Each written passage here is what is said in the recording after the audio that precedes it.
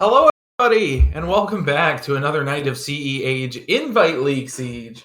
I am Coinman1863, and with me today is Keldev. How are you doing, Keldev, on this magnificent evening? I am doing great. Had a great day today. Got to listen to some nice music, and now I'm going to get to watch this lovely match between Florida International and Penn State. Yeah, it's going to be, and it is the Penn State you're thinking of, so we're going to see one of, it looks like, so this is, to clarify for those watching, this is the losers bracket semifinals. So the way that we ran our end of season stuff this year is that we did a double elimination bracket for the Invite League. So if when one of these teams loses, more accurately, because one of them kind of has to, then they are out of it, and then the next team gets to move on to the losers bracket finals, and then so on and so forth. So this match in particular actually means a lot for both of these teams, because I believe they have removed themselves from relegation out of the Invite League, but they still got to try and fight their way to win it because prizing exists. Oh yeah, and it's gonna be a tough road ahead too. The winner of this match is gonna have to go up against Michigan Tech, and if they are able to win that victory, they're gonna have to go against the winner of the entire winners bracket, being the University of Akron, and that one's definitely going to be a tough match. They've been having a very clean record so far, and you know what? They're probably just looking to take the whole thing out once they enter the grand final stage of the schedule. However, we still got to go through this match, and it's going to be a bit of a death match here with both sides being really, really good and really clean throughout the entire season. And I'm actually really curious to see who wins this. I actually really have no clue. Like, if I were a betting man, I would probably have to put a little bit in both. I am not generally someone who bets, but based on what I have not seen either of these teams recently. I believe the last one I saw was Florida International a number of weeks ago. So my spec as to who exactly is the better team is totally thrown off. And so what we're going to see here is the first map. It would be Penn State has chosen Oregon, so they'll be playing first, and Florida International will start on defense first. So what kind of thing do we expect from New Oregon? As some of you may not have known, Oregon has been reworked very recently. I'd say it was like last season, technically, like year five, season 3 or something like that. Honestly, at this point, I don't remember. We've been around for a while, but it's the most recently reworked map that has been put into the Pro League pool, as that is what we feed off of. Because I believe it was technically after Theme Park.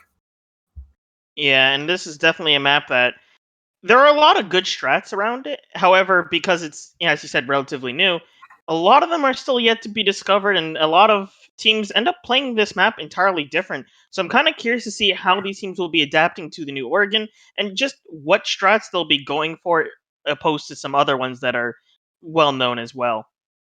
Yeah, important to note here, especially with Oregon, it was a well-loved and hated, to be frank, map, at least when it was originally in Pro League, and then removed a number for Villa, I think, originally, and then they put it back in. And then they put it back in. So it's going to be really interesting to see how you evolve the old Oregon stretch, as much as the base layout has stayed the same.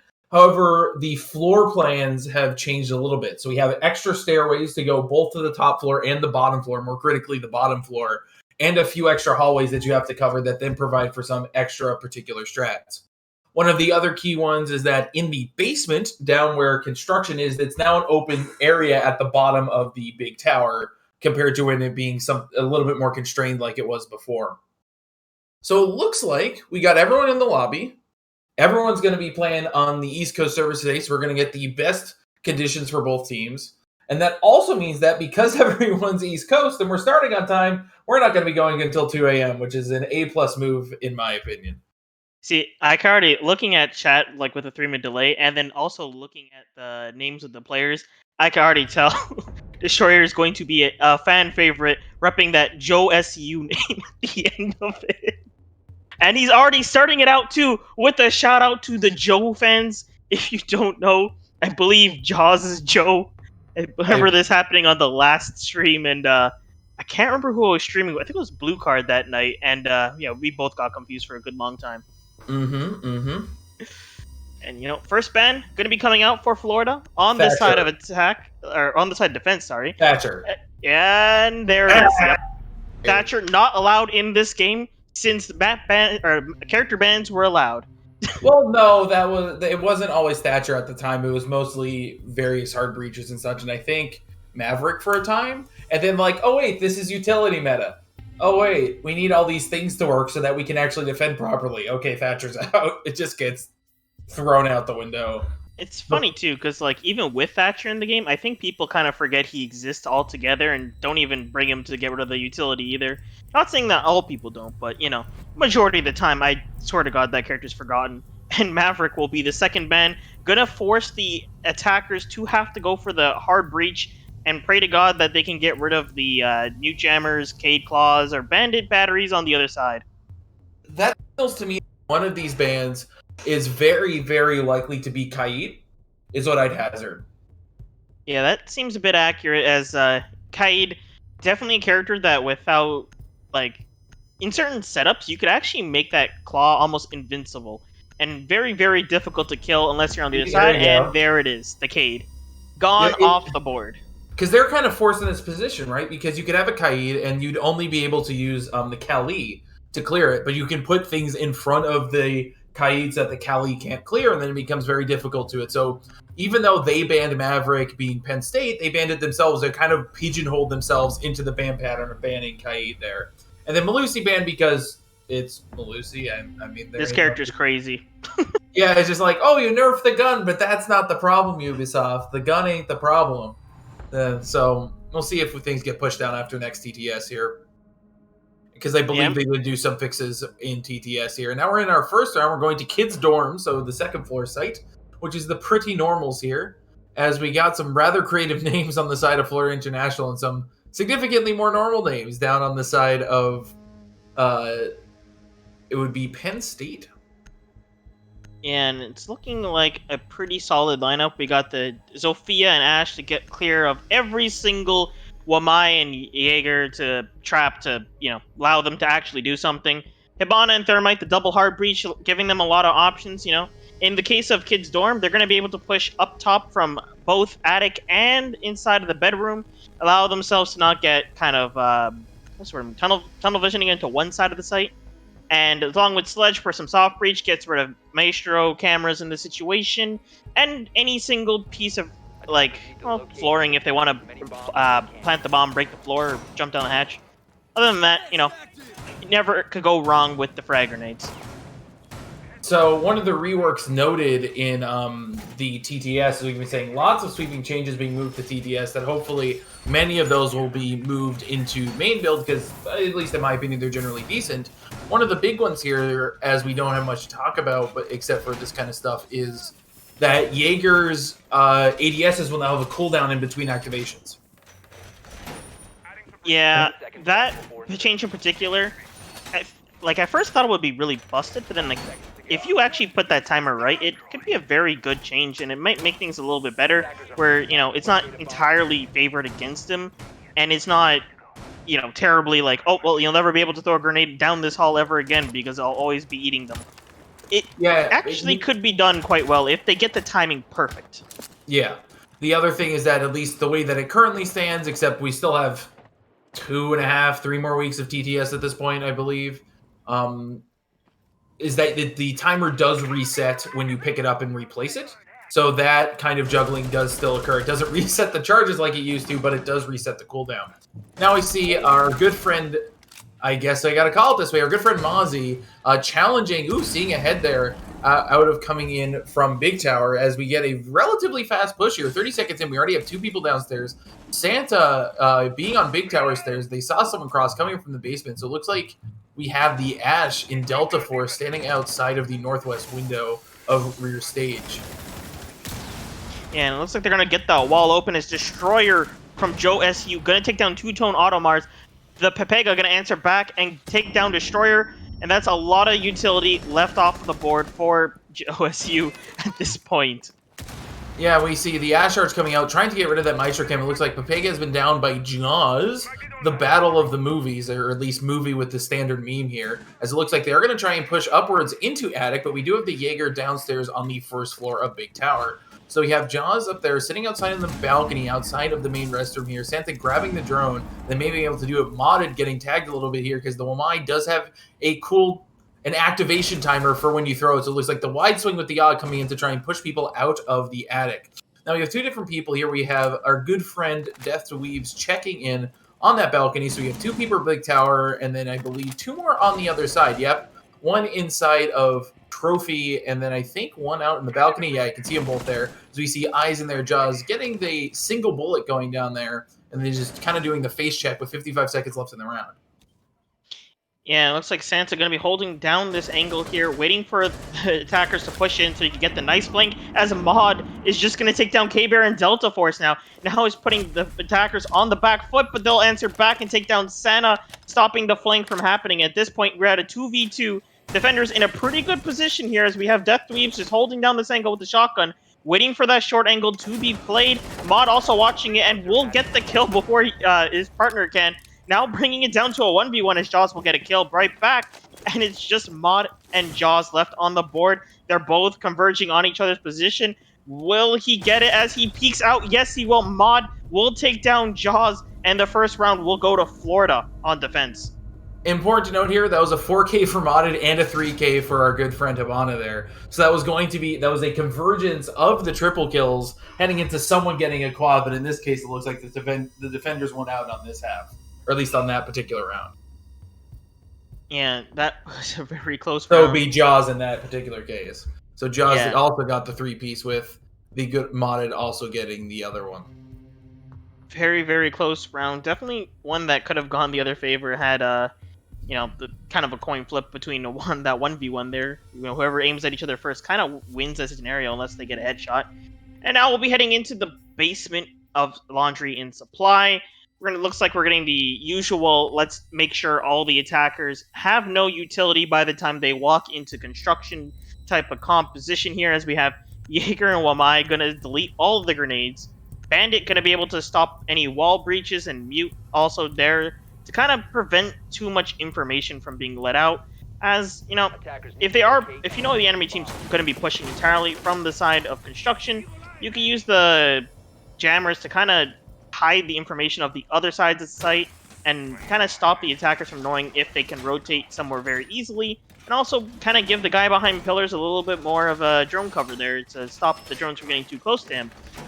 And on the other side here, as you can see around the Maestro, they did shoot open the wall there with a kind of extend their view into the freezer, so they don't have to actually put a player inside a freezer to hold it. This kind of allows the Maestro to sit all the way back there by the laundry machines and aim all the way down through the other side. Probably going to have a deployment shield as well, probably from the Ryan, unless they're not opting for that. And just be able to just hold that entire thing down and give him a lot of usage and allowing them to put a lot more pressure onto the side of construction.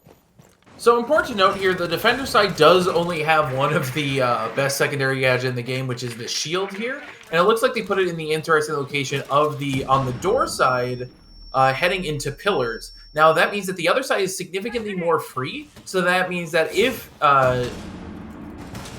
there's a whole lot of utility going on here, trying to push out the bandit in the Wamai. They did manage to get the shield off of where the Wamai is sitting here, and we see modded retreating back into sight. What I was getting at is, okay, they are doing the late rotate. No, the hard push as they heard the rotate coming in, and then Delta Force getting the double kill. What I was trying to say is they left that side free, and they most definitely did, as we see the Wamai wheel around and getting in on Delta Force.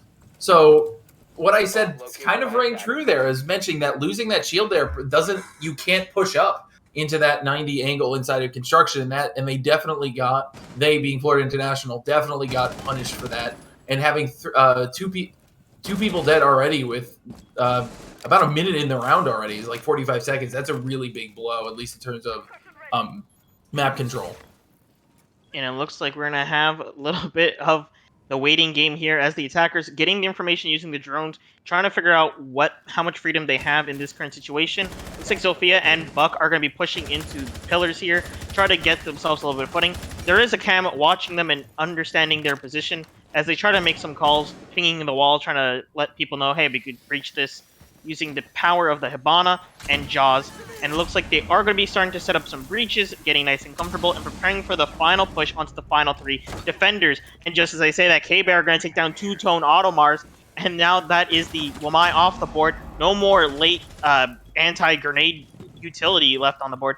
Pega and Santa going to be pushed back into Laundry. They're going to be holding from this side with their lives, having to hold really long angles here. But, you know, it should work out okay unless they get this plant off here. And Pega going to take down, or get taken down by Jaws, who just runs down Freezer, using that long angle to have perfect sight into both of them, getting the double kill right here perfectly in that nice push.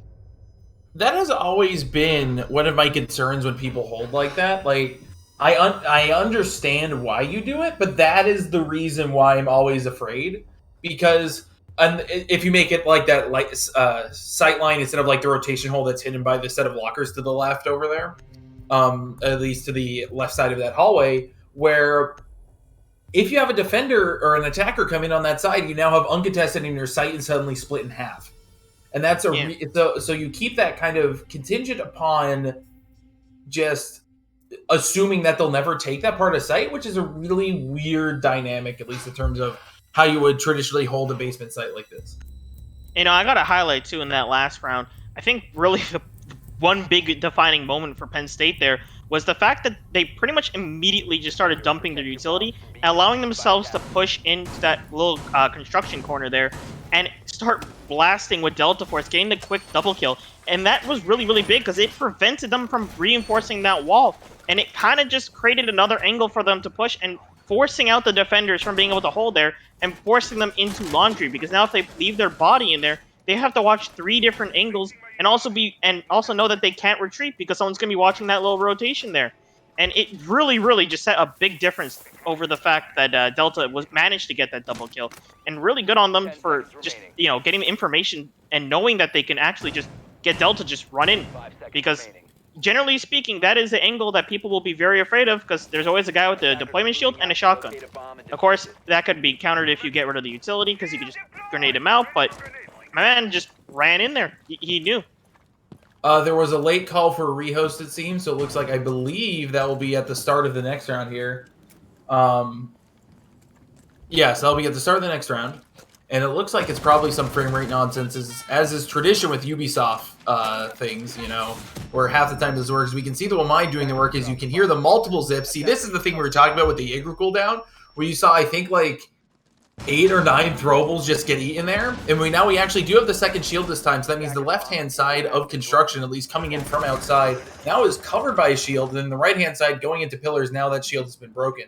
Okay, so it looks like Two-Tone Mars has pushed up into there as the drone actually went the wrong way and stopped, so they're purposefully not shooting it to try and bait people out into that side as they don't believe that they're there, and it looks like the bezel got 1 and 2. Two-Tone Mars getting double coming in from construction, now rotating back around to hide there as Destroyer Joe manages to get Pepega here coming in from the top of the stairs, and then Mata gets the good old Destroyer from big stairs here. It looks like we still see one on pillars. You guys saw the little butt a little bit, and then the shots coming out, the bezel not being your friend as Two-Tone gets the triple kill, and now we just have Electroshot probably taking a break here and just figuring out exactly what's going on and letting people push into them to likely take the next minute and a half here to try and regroup and just take it as a pseudo timeout without having to burn a rehost. They obviously are already using a rehost as mentioned prior, but this gives them just like that little bit extra time to figure things out or just kind of go for it as Santa manages to get Electroshot. So we're going to be having a rehost here.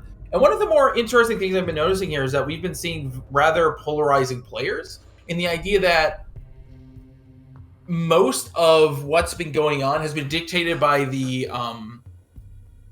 tempo that one player sets. It's been between 1 to 2 on each side, but they have been in almost every round one player gets a 3K plus for one side or the other.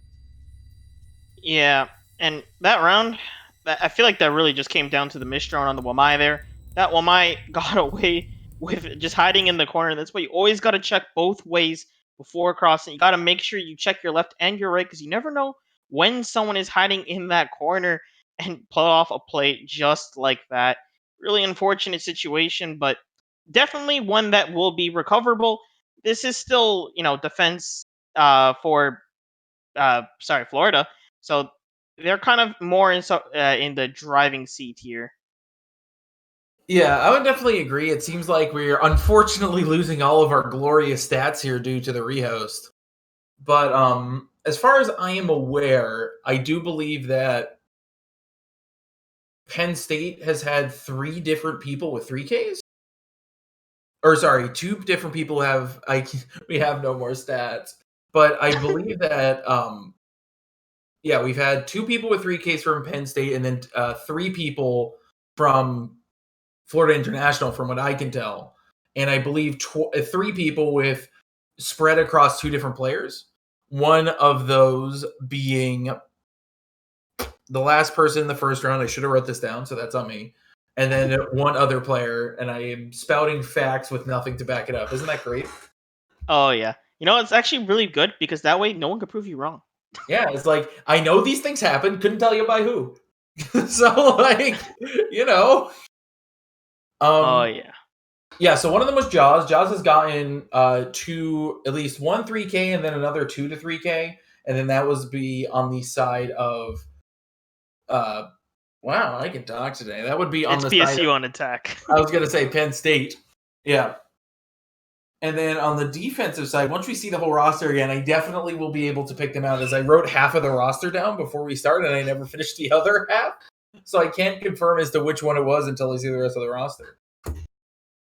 As we are now going through, making sure all the stuff is correct, because we do have the round limit set, like not the same number, but so that you can't return to the same site again. And now we're just waiting on people to come in. So while we're waiting on people, what are your thoughts on the new operator that is currently being shown in TTS? Honestly, at this point, I'm gonna just give it I'm gonna wait until it actually gets created and then judge it. Because every single time I form an opinion on it, I end up flip flopping within 5 minutes of making that opinion. Just because either A, I get proven wrong, or B, I realize that something else is also getting added in that changes everything. And at this point, I don't even know anymore.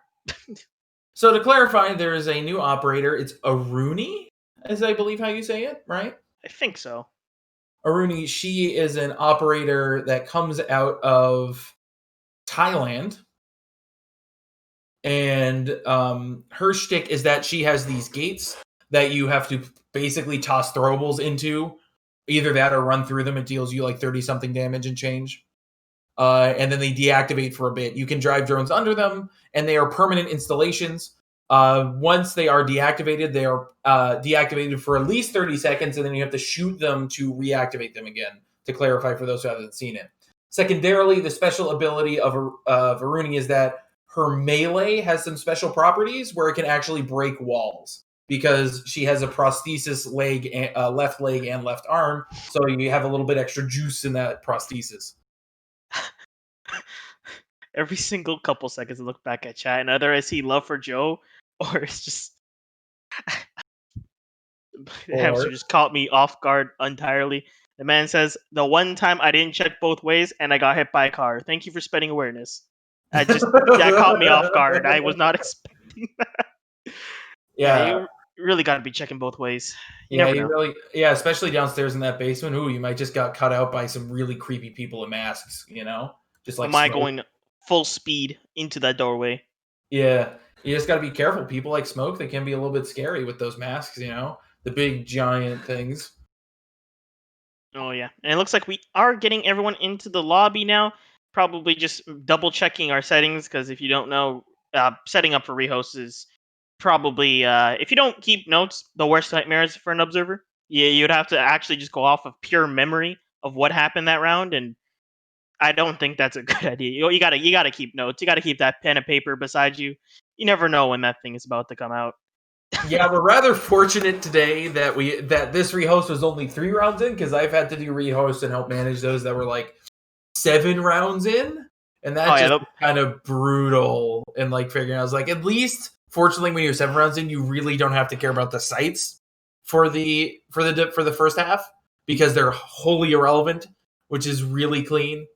But outside of that, yeah, it can be particularly messy. Yeah. Now, Are you excited for when we get to our new season that we have good old Sam Fisher? What do you think of Sam Fisher at this stage with the recent change, I believe, to how his gadget works? Uh, I'm not gonna lie. Out of all the games I've played ranked, I think I've seen Sam Fisher a total of 5 times. So because of that bias, I don't even know what he's gonna even do because at this point I barely ever see him ever. And That kind of looking at the meta too, I don't think I'm going to see him that much more still because, I mean, yeah, we're reducing the amount of utility required to get into sight. However, are we going to have space on the team for a Sam Fisher, or are we instead just going to have to bring an IQ to get rid of gadgets instead and just go below? Or, like I could see it having use, but can it fit on the team? I feel like it's the main problem. Yeah, I can definitely see that. Like I could see Sam Fisher being used at least a little bit more, say on a map like it would be Coastline where you don't need heart breachers as much as they are mostly Yeah, useless. Like you really only need one because the walls you're breaching generally aren't even into sight. They're like sight adjacent most of the time. Just due to how yeah. that map in particular is designed. So that's where you might see a Sam Fisher. But apart from that, there aren't very many places where you would have room here. As now we're going back. We're going all the way back upstairs here as we have started right back up here is Mute, Mozzie, Jaeger, Wamaya, Maestro on the top half. And on the bottom half here, we have a Thermite, Hibana, Zofia, Buck, and Ash. And we'll see if the Zofia 6 picks here. And the choice seems to be no, with no 6 picks coming out on either side. Now, are you one to leverage the 6 pick often or not particularly often for strategic purposes? Honestly speaking, if I know that we don't need to use a six pick for any like flexible reasons, and I know no matter what we're going like a hard comp into multiple sites, I would probably be one to just throw it out randomly. Like, hey, I want you to pick Tachanka and then just six pick into Jaeger anyways. Why? Because now they'll start to wonder what the hell we're doing to Tachanka, or start making them think extra thoughts that's just wasting people's time. I mean, there's no harm in it, really, if you already know you're going to, no matter what, have to bring this comp. And sometimes, yeah, you will see a bit of flexing, around using the six pick, but, majority of the time, I'm fairly confident you could say that at most you're in between defenses of different sites or attacks of different sites. You're really only seeing one difference, and that's it. Like, for example, this one, we're seeing instead of a sledge, we're seeing a buck come out for the vertical holes to be made much easier, and also, yeah, not have to make the ash blow up from below. Just use the buck to shoot below and save on utility, and that was really the only change. Not saying that's a bad thing, but that's just the reality. Yeah, and along with that, the other thing that we see going on here is it looks like we have Mute Shotgun, which makes a lot of sense, especially so that you can make rotations. This site upstairs requires a few more rotations than normal. And it looks like they only have the one Mute here, and that just got dealt with. I'd hazard. Yep, the Mute Jammer has been dealt with. They could place a second one, but all that means is just someone else could go downstairs into bedroom there. Oop, that's a little late here, and I think that Mute's about to get blasted. Oh, the Mute actually came out unscathed in a surprise turn events, but that did burn the last Jammer, which is definitely a deficit for the attacker side. Really interesting idea to go for a mute trick there, especially against a Hibana, where once that thing's detonating, you're not going to save that wall. The only way that you could actually get that mute jammer to work is if you actually place it before they even start detonating, because it won't stop halfway. But Santa, my goodness, this man is just getting comfy in that spot, watching the head fly by, but his head will unfortunately fly right off from Jaws getting the kill in that lovely pinch there, nearly escaping it, but not just quite. And it looks like we will be getting the push starting to form up a little bit more modded, getting absolutely pressured out by the frags and flashbangs coming in from the attackers here, as they're going to be trying to push him further and further back into sight, so that way they could take the hallway and start to kind of get a more coordinated push here. As Destroyer going to be breaking the barbed wire, giving out some noise, going to go for a quick peek here. Unfortunately, he will get peeked himself by none other than Two-Tone Automars here, as he's going to just continue to hold the angle and use the power of the mute jammer to hold his position. Yeah, important to note here, even though Santa was lost early, they're only really losing a gun, as you can assume all the Jaeger charges were. all the Jaeger ADSs were placed, and also with the average quality of the defense's gun getting higher as Delta Force manages to get Death to Weeps here. And that's a larger loss, as sometimes that Mossberg shotgun can come in and get a little bit tight here as we get just the wild wide peak coming in from Electroshot. I assume they must have seen that Maestro right before the mute jammer took it here. Now Modded manages to take K-Bear, and seeing a couple people outside. We have one on the outside window here. It's keeping tabs on Modded. And then we also have one inside Master and also Trophy. And it looks like we got 50 seconds left in the round here. We're in a 2v3, definitely still winnable. Let's just hope we got enough bullets left in the clip, because both of them are reloaded. Good headshot, taking out Electroshot with the diffuser. Diffuser gets picked up. Now we're 2v2, Modded with a double kill here, as it looks like we have Habana coming in and trying to take out the Pepega here. Modded gets Delta Force. Now the last one, we're now in a 1v3, and then another quad coming out for Modded. That's the second quad so far. Yeah, Modded really showing off why Wamahai is so strong as an operator. The man put down a deployment shield to protect any shots from hitting the mute jammer that's blocking the wall, so that way that the thermite cannot blow up the other side of it and pressure him out. Also, not only that, he has the lovely utility killer gadget. I can't remember what it's called off the top of my head, the discs. But they're frisbees. You could just throw those things out and people will think, okay, yeah, he's out of utility, and now I could just throw my grenades in and we'll get rid of the shield. But nope, he placed another one and it just grabbed it, and now the shield's still there, and he's in a power position, leading himself to get set up for the ending there to get the quad kill and kill every single person that tries to walk into sight. So the name is incredibly disappointing. It's just a magnet. With the hyphenated in between the mag and the net. I'm calling them frisbees instead on principle. Yeah. The name is just garbage. Like, right there, that entire... not entire, but like, a lot of that, really, like, the highlight of that round really just came down to the Wamai's play and positioning there, and just the absolute, like, confidence and not trying to go for an extended peak, you know, just really having the patience to just sit there and hold and know how to play that position in particular and know when it's time to start getting crazy. Turns out, when you give a defender an attacker side, an attacker AR, they do pretty well on average if you try to make them frag. I mean, I'm going to be honest, I don't think it's really the gun. I'm going to go ahead and say it's deployment shields on top of the effects that the magnets actually do, along with the rate that you get them back. You know, I mean, yeah, the gun does good, but I'm pretty sure the utility is what wins there more than the gun. Yeah, definitely having the extra shield here. As we see on the defensive side, we actually only have one shield, but it isn't irregular to see, like, at least on Pro League comps, you have a Goyo. One thing that I've been noticing a lot over the past few times I've casted is that Goyo is remarkably absent, considering that the shield is one of the best gadgets you can have.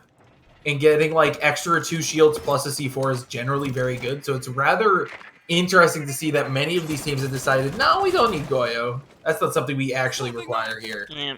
I think a lot of that really just comes down to the amount of characters that have deployable shields on their own, along with, like I said before, can it actually fit on the team? Can we sacrifice Smoke for Goyo? Not really, because Smoke is just really, really good with that shotgun, and he could also hold out sight from a particular angle at pivotal moments.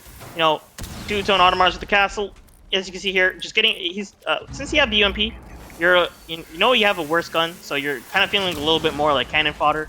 And you're kind of just being brought so that you could kind of hold down the site for, like, the entire round a little bit better, kind of forcing different setups on other people, and having them to have to pay the price of utility just to clear it up, as it looks like we're going to get some action starting out here, as, you know, we've got the Zofia from Destroyer firing into the site as the walls are already open. Santa, with the cams, just getting all the information he needs to know if he needs to push in. Also going to get himself in a nice spot to get set up for a wall bang as well. K-Bear going to be droning out sight, trying to check in for any attackers, or sorry, defenders playing around, so to let know the Ash there from Delta Force to walk in and start blasting.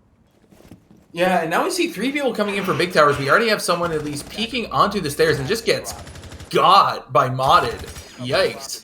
There was not a lot of play there as the Pepego gets hit a lot by Destroyer, it seems, here. And Joe here, yep, there you go. Pepego getting killed by Joe. And the second one coming in, getting one. See, look, it looks like the magical power of the, oh, wow, that's a whole lot of injured people here. Santa coming in and getting the other one. I don't even think we've got the Maestro yet. No, the Maestro is in the down but not out state. And I'm pretty sure no one's going to be able to get him up, so he's going to likely have to be a human drone here. as K-Bear is we're just having these two stare at each other, trying to figure out exactly what's going on here. As we see the frag grenade coming in, and like this is going to be nasty here. And yep, SMG-11 winning at close range by a narrow margin here. So now we have Santa that's going to have to clean up here and do a 1v3 because I can't imagine that there's going to be enough time here. As one is gone, that was one of the people at low health there actually, or two people at low health here, and Jaws ending or.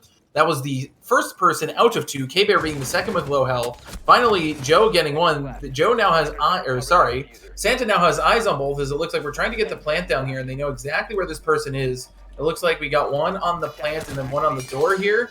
Tagging the one on the plant has been down, and then you have one more. That is unknown because we do play with no points, so nobody knows what people actually are alive right now. Santa on the triple kill. We need the quad again. The quad party, the C4 coming out a little bit too short here. As Jaws is coming in, and let's see if we get the tight angle swing. Oh no, Jaws doesn't know that the rotate happened. Oh, I think you do now because of that shot here. I don't think anyone knows where anyone is. It's just a giant game of patience. Jaws gonna just be waiting for that diffuse sounds to be going on for long. Gonna fire some bullets to create some fear and catch Santa right in his hands. The patience from Jaws just wins it out.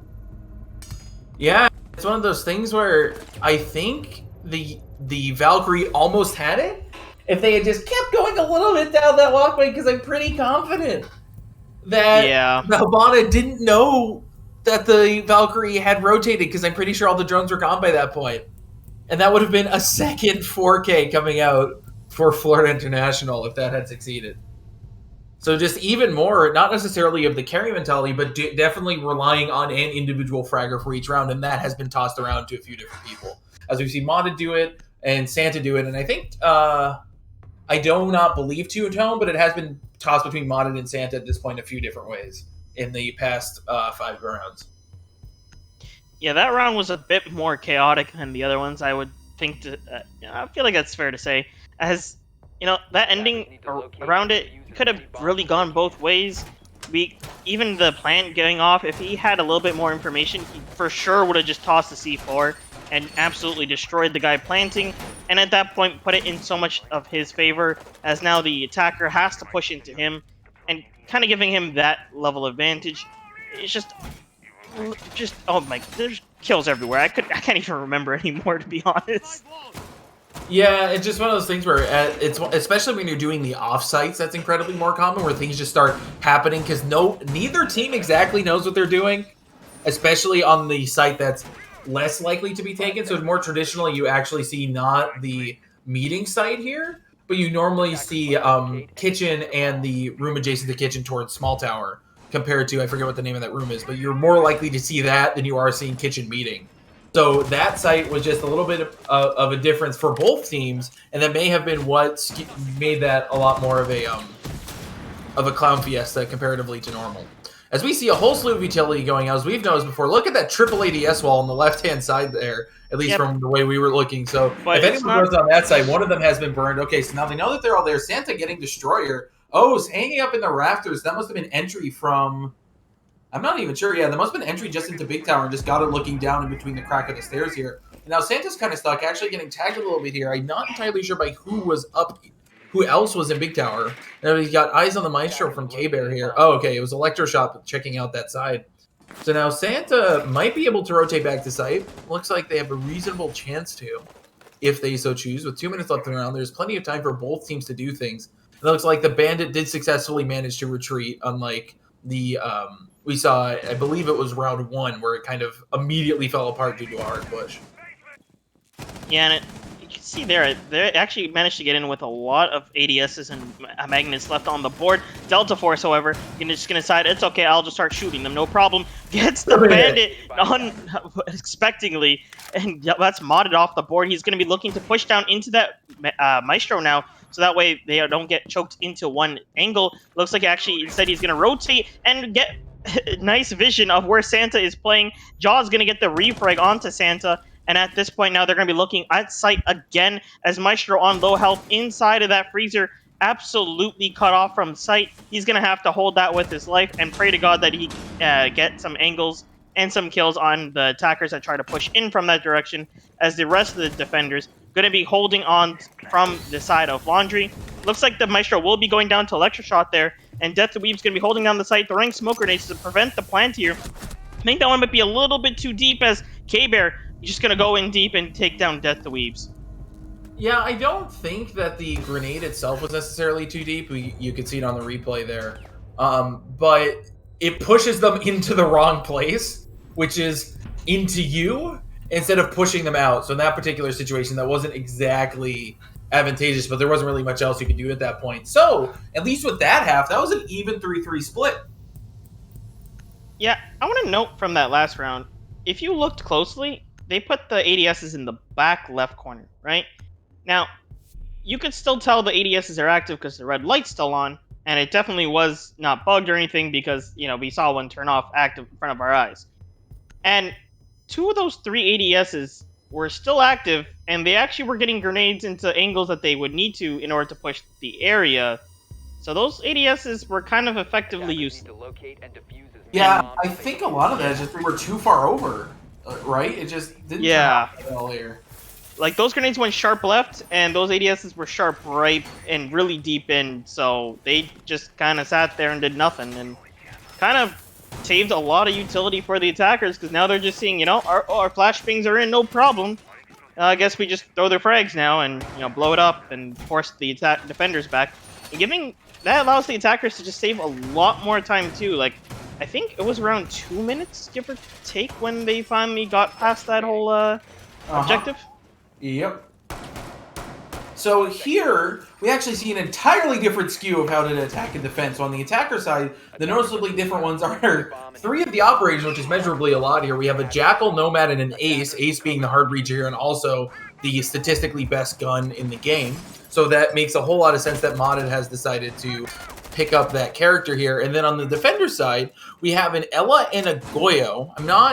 Ella must be roaming. Okay, so it looks like they're going to be using Ella to more accurately control the master bedroom, as it looks like they will be playing into it a little bit with the mute. And then Kaid, because, well, it turns out shields are good, and having 3 shields is better than 2 shields. Oh, yeah. And, Ella, just the queen of holding down close quarters. Both her guns excel in close quarters combat. You got the shotgun that'll just blast someone away across the map. Well, not across the map, sorry. It'll blast them starting from one point, and then you'll end up in the next room, next thing you know.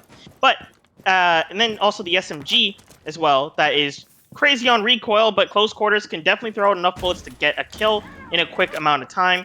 And not only that, but concussion grenades that she's resistant to. So if anyone walks into them, not only do you get the sound alert, but if they're close by, you're going to be able to react in time to take them down, and just allowing her to completely lock down the master bedroom area, or so I think that's trophy, notably, area, and just stop the attackers from pushing into that direction, giving the Wamai player a lot more cover and a lot less stress worrying about his flank.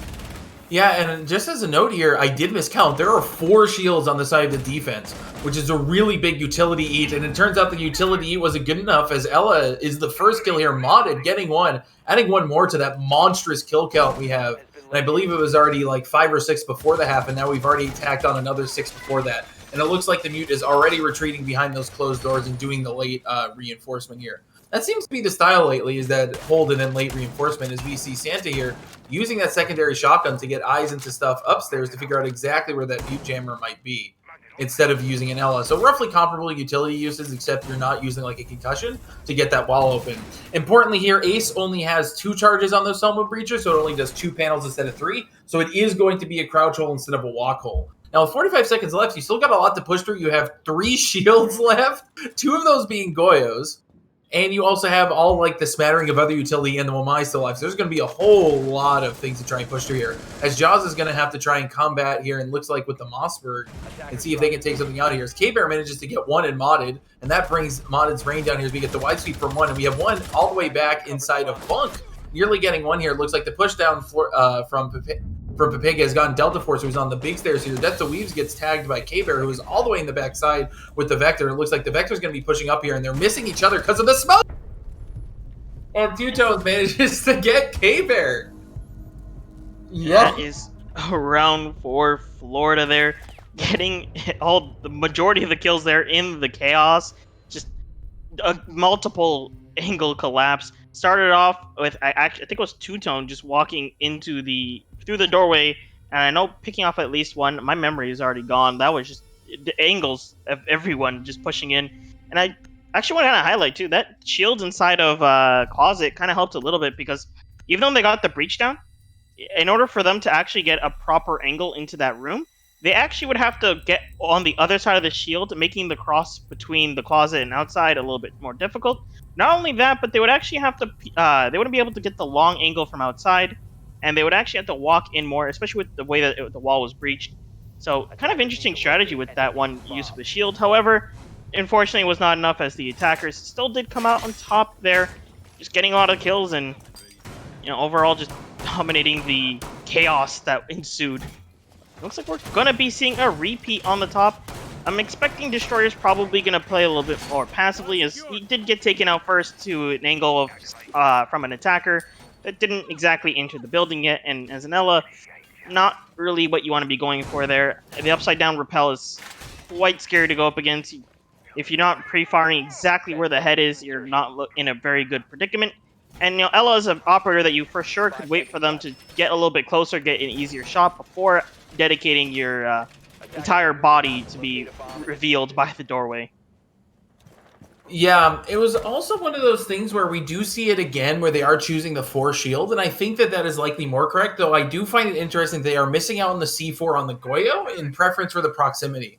And I personally think it would almost be better to have the second C4, as that would allow the Goyo to play more passive roles. We saw the Goyo ended up getting up because even though while they were playing in the corner of bunk, they weren't really able to press into that, so they could have thrown, at least from what we saw last round, thrown a C4 through that rotation hole instead of having to push themselves through it. So I think that we're at an interesting position here, at least with that choice of secondary utility. But I do think that the 4 shields is likely correct, though I don't necessarily agree with the choice of Ela as the secondary shield operator. It could actually work out, assuming that he doesn't get too crazy. You have the concussions, people will end up hitting them because you can put them in very weird angles, as long as Santa doesn't really destroy them from below. Of course, at this point, he is planning and waiting for the timing of his friends to help aim at the person in closet, but unfortunately will get caught out himself, and such a great play for Penn State. He waited and made sure that he got the call out, blew out the flooring, unfortunately could not react in time, and by the time the mute got out, we got the flank from Delta Force, and just absolutely winning that play there. And even if he tried running the other direction, he would run into the arms of Ela on Destroyer. Yeah, so now we are at a minute 30 left in the round, and not a whole lot has gone on. Like, okay, there we get the frags coming in. And that's a huge one, killing the Womai with, I believe, 2 left, getting a second kill, double kill onto Jaws from a very good headshot, getting the one behind there, almost tagging a third there for coming in from the Ela, and I think we might be able to get the Ela on the refrag. No, the fire rate from the SMG pulling in weight here, and also the colossal clip, or the slightly less colossal clip compared to what it used to be here. And now we're in a 2v3 situation with Destroyer being incredibly low here, K-Bear and Delta Force being the other 2. Now we see someone coming in, so this will be modded with 52 seconds left, coming in on the bunk side, trying to get eyes onto people, and we have Pepega coming in on the attic side. As you did hear glass breaks, you know that it's roughly where that person's coming in. And if somehow we can break that Goyo, that would definitely be suboptimal for the one behind it. Fortunately for the defenders, I should say more accurately, that Pepega does not have a good way to clean that up, and then looks like K-Bear got modded, and now we're in a 1v3. Not particularly likely to win, especially with 20 seconds left, but definitely win a bowl here. Yeah, and it looks like we are going to be getting the 15-second push with a one-man. He gets in the door, throws a flashbang, will take down the Ela. Can he get a double? No, yes he can, as he trades for K-Bear. Unfortunately, it was at the cost of his life, and Delta Force, the last man standing, will end up clutching it as he stands still and does not get overzealous into the crosshairs. Yeah, now we're at a 4-4. So I guess, so this is actually really interesting to note that considering that this is Penn State's map, I am going to double check that before I confirm my statement, but I'm pretty confident that this is the case. I am 100% confident this is the case, checking my notes here. It is. You'd think that it would be skewed more towards Penn State, right? Well, actually, you could kind of argue that it kind of is. I mean, we had a starting defense from FIU, and, this is Rainbow Six Siege. We all know most of the maps in this game are defender-sided. So actually bringing it to a 3-3 on the split is quite in your favor. And now you're on defense, you win one, you lose one. I mean, it's not the end of the world. You still got a lot of, different sites to go through and a lot of rounds to go through. So they're still on track to win this one, as they are on defense, even though it is currently 4-4. Those things where I've been trying to figure out in terms of consuming more content and just trying to get more statistics, where Ubisoft says the game is attacker favored, while ProPlay says, yeah, depending on map, right? So it's really interesting to see where that actually falls in. So if the game is slightly attacker favored, we might see more 3-3 trends than what we've seen before. At least in terms of the standard instead of being a normal 4-2 split. Secondarily, we now see Wamai. We get to see the Snipper Riffle coming in here. And Wamai is definitely potentially very powerful, especially if Wamai not Wamai, the counterpart, at least in terms of that release there, the Kali would be very powerful, at least in terms of clearing out those shields.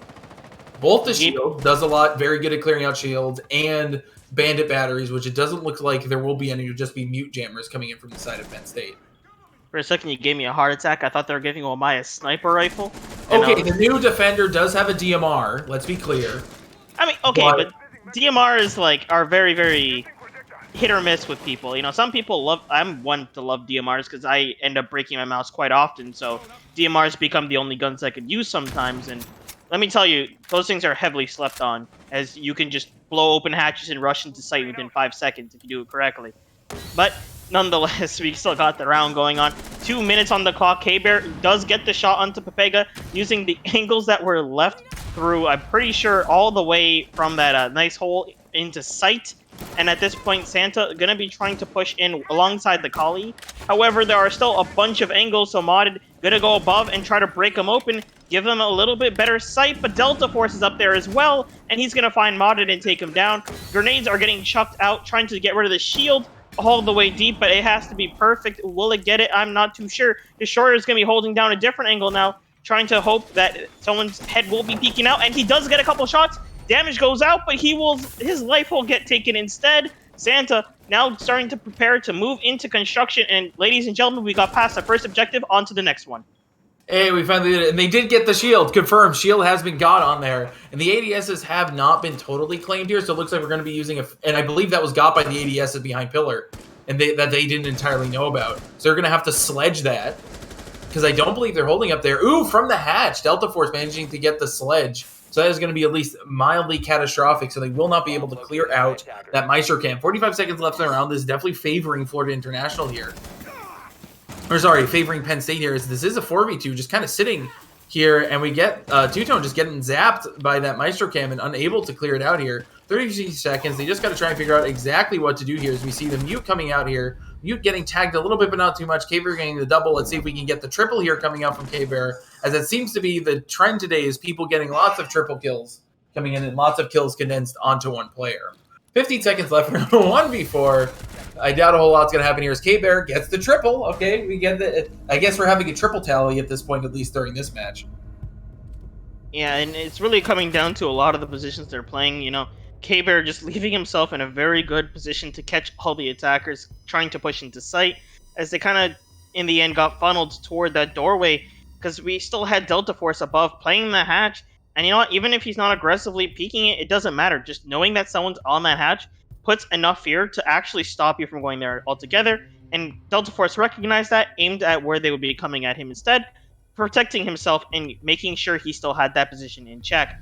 And honestly, that was quite the play, because if someone did try to peek him the hatch, he could get traded out. However, it would still be a little bit in his favor.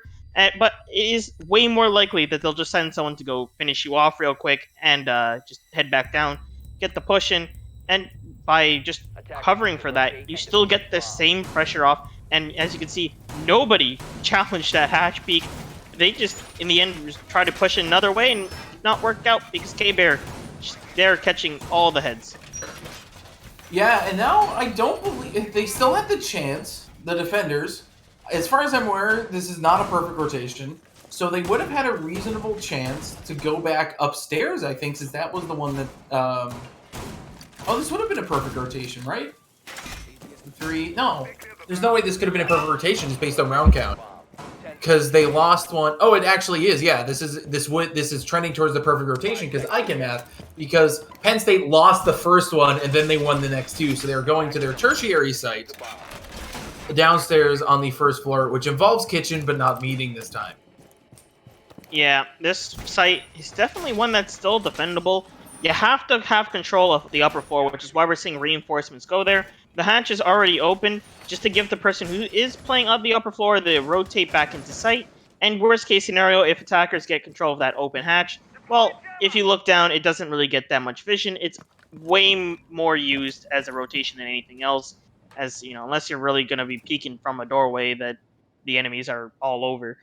And you know, that's to each their own there, but I really doubt that that's going to be the play. As Delta Force going to be sitting in the basement stairs, hiding, waiting for the attackers to push up and not catch him 100%, pass by, and then he just walks in from behind and kills them all. However, it's a matter of will they drone him out, and will Santa come from behind and take him down? As he is running down the stairs as he got droned out, now will he get caught by Santa's arms as Santa is coming to town? And yes, he does, gets the headshot, and will now be running up the freezer stairs, gets a Valkyrie cam on his way, and at this point, Two-Tone Audemars and friends are going to be pushing in from meeting into the kitchen site.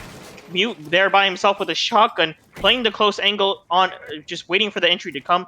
They definitely have enough concussed to get him out of here and probably get him on entry. However, Jaws definitely going to be sticking to this hard with that shotgun, just having complete faith. Here comes the flashbangs as they're going to be entering soon. The first flash goes off. Joe goes prone and immediately just keeps waiting. The patience on Joe, just absolutely waiting as Destroyer going to be covering the back, getting rid of Santa, trying to come up from Freezer. And at this point, it's going to put it all on the attackers from, actually, it looks like 2 of them are meeting and 2 of them are actually playing above and trying to challenge the Wamai here, holding it down, using all of his magnets to stop any grenades going out.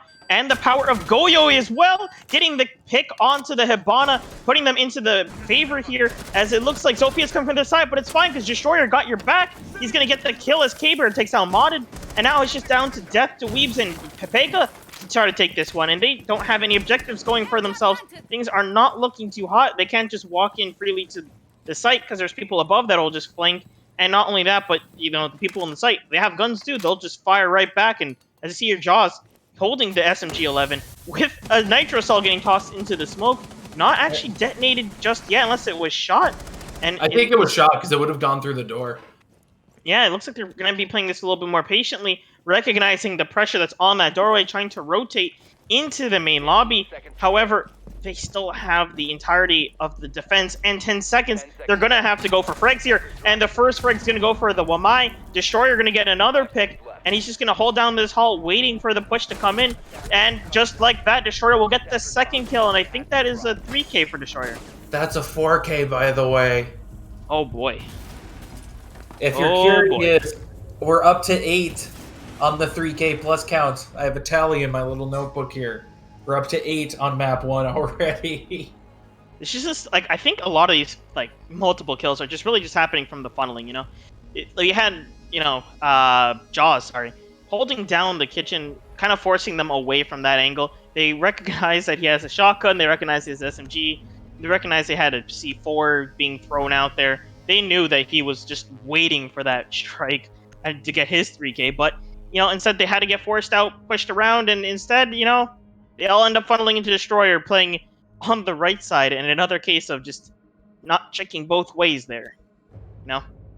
Well, I don't think there was necessarily really a good way to do that because they knew it was a crossfire and they kind of just had to push to do the thing here. Now we're on match point, by the way. That was a thing that happened.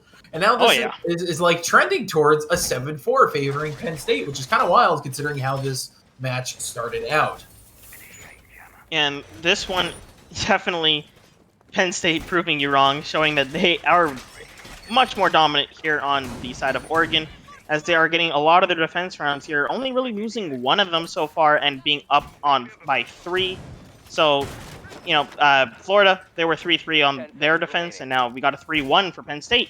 They're showing that so far they're more comfortable. However, it's not out yet for Florida. They can still pull this one back. I do believe they did win this upper floor a couple times. I'm not actually. This is the only one site time. they've lost. Yeah. To be more accurate, this is the only site they've lost. So this is definitely a site that they can take here, bringing it to a 3-2 for the split. And at that point, kind of putting it on them to just win the other site and, bring this to overtime. So this is going to be a little bit of pressure. However, they're not down and out just yet, even though the score may seem it to be. Yeah, and it's one of those things where now that Modern has suddenly come on the defensive side, they have not been doing that particularly well. They're now 6-6 compared to like the attacker side or the defender side, where it was, if I remember correctly, it would have been like 9-3, somewhere around there, like 9 or 10-3. So they're at 16. So they're at like 16-9 for the entire map or so. But definitely, you can see this steep depreciation of kill count coming in on this side. So let's see if Santa manages to get got here, as we did see a kill due to the refragging through the holes. We see Jaws checking that, seeing the backside of Santa with the SMG-11 and just getting a little bit of the butt there coming in, wheeling around that side. Now with a minute 45, not a whole lot has gone on. We've shotgunned through the floor a little bit, trying to get the mute, but that's all that's really has gone on at this point. Yeah, I'm really liking this hold that PSU's pulling out here. I mean, like, Jaws is just completely comfortable being inside that closet because he knows that Epic got his back from the door and will give him the call that when it's time to look over or move back, and allows him to play angles like that, stopping any anti-breach potential to happen.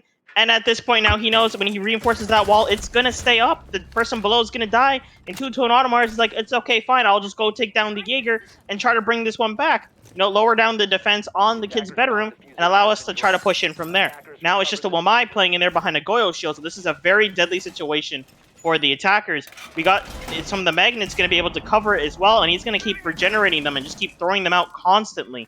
As you can see here, Jaws actually taking the opportunity to retreat from that angle and help push, focus a little bit more on the closer side of sight, as Ace going to start blowing it up the wall and pressuring out believe that is Destroyer from playing that angle, but he's like, no, it's fine. You can pressure me. I'll just shoot you in the head, no problem.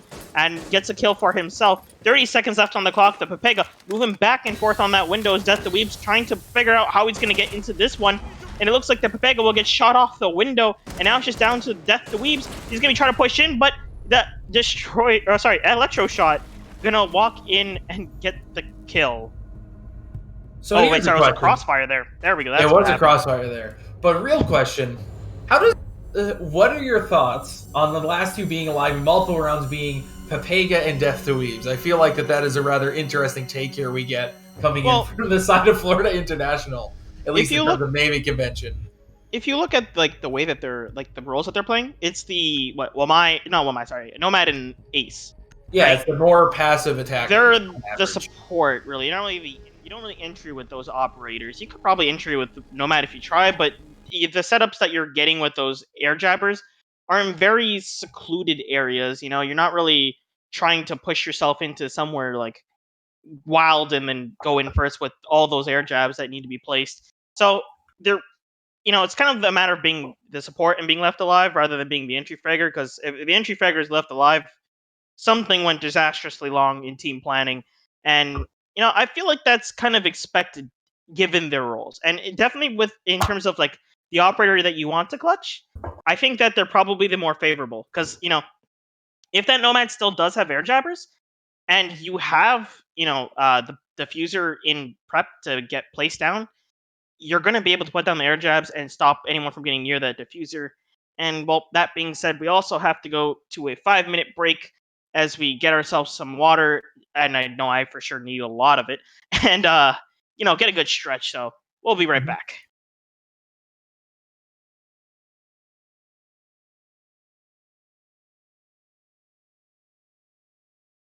Yeah, okay, we're going live. All right, it's okay. You know what? I will just stretch right now. It's no problem. And, I guess I can continue my thought there. We could just continue the thought there, Just being able to be the last man alive with heavy support is actually pretty favorable, You get, like, the ace charges to throw out last second, and if there is a wall that actually will let you through, no problem. You blow it up. But that's, of course, assuming that the jammers and electricity is all destroyed. I think there's a point to be made there, though, where those are statistically two of the best guns on the attacker side. So it definitely scans that at least the most likely to clean up the back end would be those two operators, at least based on the gun, at least on the gun value alone. So we are just swinging it right into Cafe Dostoevsky. I believe it will be Christmas time because that's what the Daylight Cafe map is, as far as I'm aware. So we're going to go to Christmas at Cafe in the middle of Moscow in Russia. And we're going to be a good time. Yes. I mean, obviously, it's 3 days past, or how many? Like a week? 2 weeks now past Halloween. So that means it's obviously Christmas. We get to ignore that dumb thing called American Thanksgiving and just go right back onto the festivities. I'm sorry, I'm Canadian. Thanksgiving was last month, actually. Y'all slow. As I said, we can ignore American Thanksgiving. We're going straight to the Christmas shopping over here, as you know, already getting advertisements for it. I went to the store to buy the leavings of Halloween candy, as many people do the day after, right? Yep. And overnight switchover, already Christmas candy, overnight switchover. And I was utterly baffled and shocked. I thought, I could go up to the shelf of the Halloween candy that's all on sale and just pick what I want. Nope. It's off on a table secluded in a corner, and it's all just depressing because it's Christmas already for sweets. Oh, yeah. You know what, though? I'm a fan of this because that means I get my holiday tea much quicker, and I need to place my order on that. Because, my God, do I love that tea. And, of course, our map bands zooming by. We got Thatcher and Nomad off the board. Nomad probably a little bit more targeted here, especially as they know that I believe was at Florida's banned, so that means they were stopping Penn State, actually, from taking it. Because it's kind of interesting, because I do remember Florida being the one to bring Nomad a lot more. But in the end, though, that still will stop a lot of the flanks from being covered and kind of put them in a more position to be going for those crazy flanks. Kaid being banned is not that much a surprise, as we said before, you know. You can put those claws in a lot of kind of dumb places and completely stop from walls from being destroyable altogether, unless you get into sight. And, of course, the ban of Wamai, you know. Not a ban you see often, but definitely a ban that is good. This is going to reduce the amount of utility it takes to get into an objective and allow them to get things going a lot quicker. However, this is going to hurt the defenders a little bit as well, because they're the ones that actually banned it. So, you know, it's going to be a little bit interesting to see how the people starting defense banning Wamai is going to make a difference here. Yeah, and it definitely makes it so that the top floor hold is going to be significantly more difficult. We do see here, though, that they're doing the tertiary site first. Neat. Yep. That's it'd be illegal for once. Oh boy, we get to see a vector with a zoom site. You know, going tertiary site first, not a bad plan. Definitely one that is, you know, kind of brought up quite often. Get to see a vector with a zoom site. No. Actually, it's not a bad plan though to do that, just because you're kind of faking out.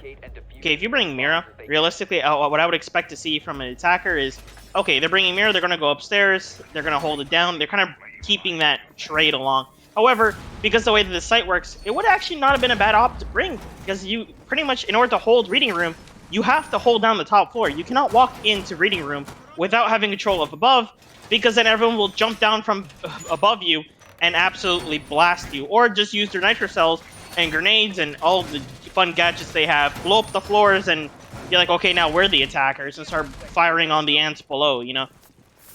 Yeah, definitely not a bad character, but Goyo, those shields are going to put off a lot of work and kind of slow down the attack from a lot of angles. So we'll see how this one turns out, as we already got Destroyer throwing cam out, and I think that may have been someone prepping for a spawn peek there. Yes, it is.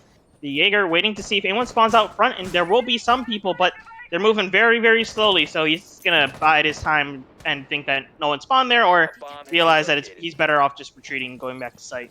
I think what ended up happening was that Camera almost got immediately shot by the IQ, so he said, nope, not going to risk it, and just kind of winded his way back into site. Now, notably, I do find it interesting, again, that we do have the double C4, but again with the proximity mines coming out of the Goyo, instead of another C4. And I think that is a really interesting take that we're seeing here. Also, that hot pick of the IQ, knowing that we have been seeing the Valkyrie a lot, so it makes a lot of sense that that is actually the case. So it looks like we're actually going to have to do an upside down rappel just to tag that cam, because I did see the yellow ping on a potential camera, but you do have to literally just go all the way out there and just kind of walk around to figure out exactly where it is, because they saw the ping once, but just due to the range has been shortened for the IQ cam, so that will definitely be shot momentarily. Now, as we see the camera getting got up in heaven, and I heard, and it looks like Buck is already getting eyes into Freezer, so I think that the other side of Freezer has actually been double reinforced instead of a traditional rotation. And it looks like they're gonna be trying to use that to their advantage here. I actually just remembered that the site is actually below, so all the time that's being stalled here is actually really, really a lot. Like, it's a minute 30 seconds. They still don't have control of above, although they do have a good half of it. We have K-Bear here playing on the cocktail behind the shield, and the grenade will get tossed out, detonating it, and now he's stuck on that position, as if he tries to jump down, there's a person on the window. Delta Force going to be taking down some of the people, taking down 2 of the people attacking, and now the defense is in such a good position. 5v2, and they're still trying to take the top floor at a minute left. Modded going to be trying to bring this one back, but he also will get taken down by Delta Force. This man is on a tear, as now he's just down to Pepega with the G8.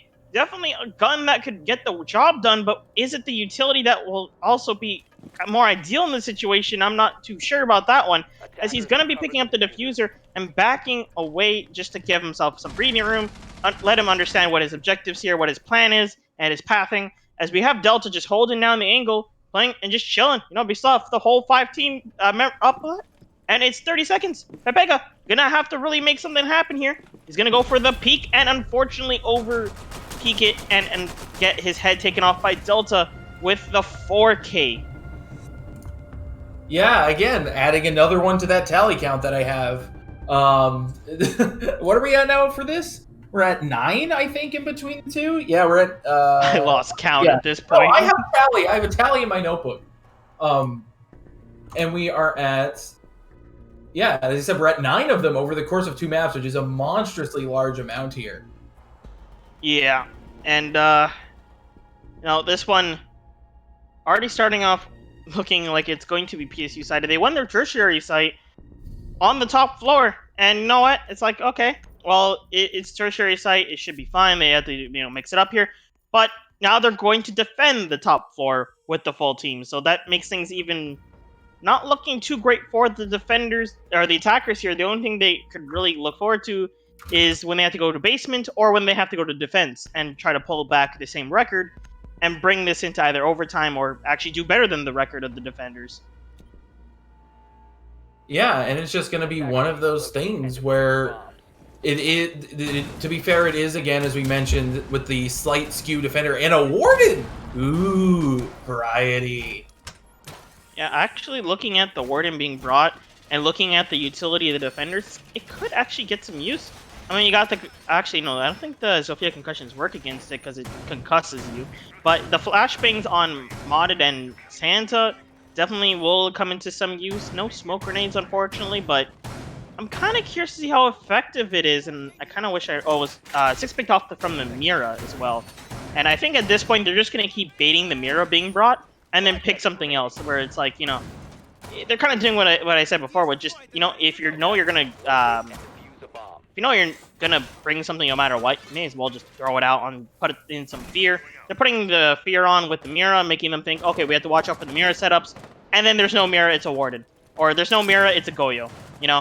It's just, even though that it's something that you would think in theory is obvious they're not gonna bring, like, a Goyo is still somewhat unexpected when everything starts happening, because not really a definite pick operator, but a situational one, Again, on the Force Shield spec, as we mentioned prior, it's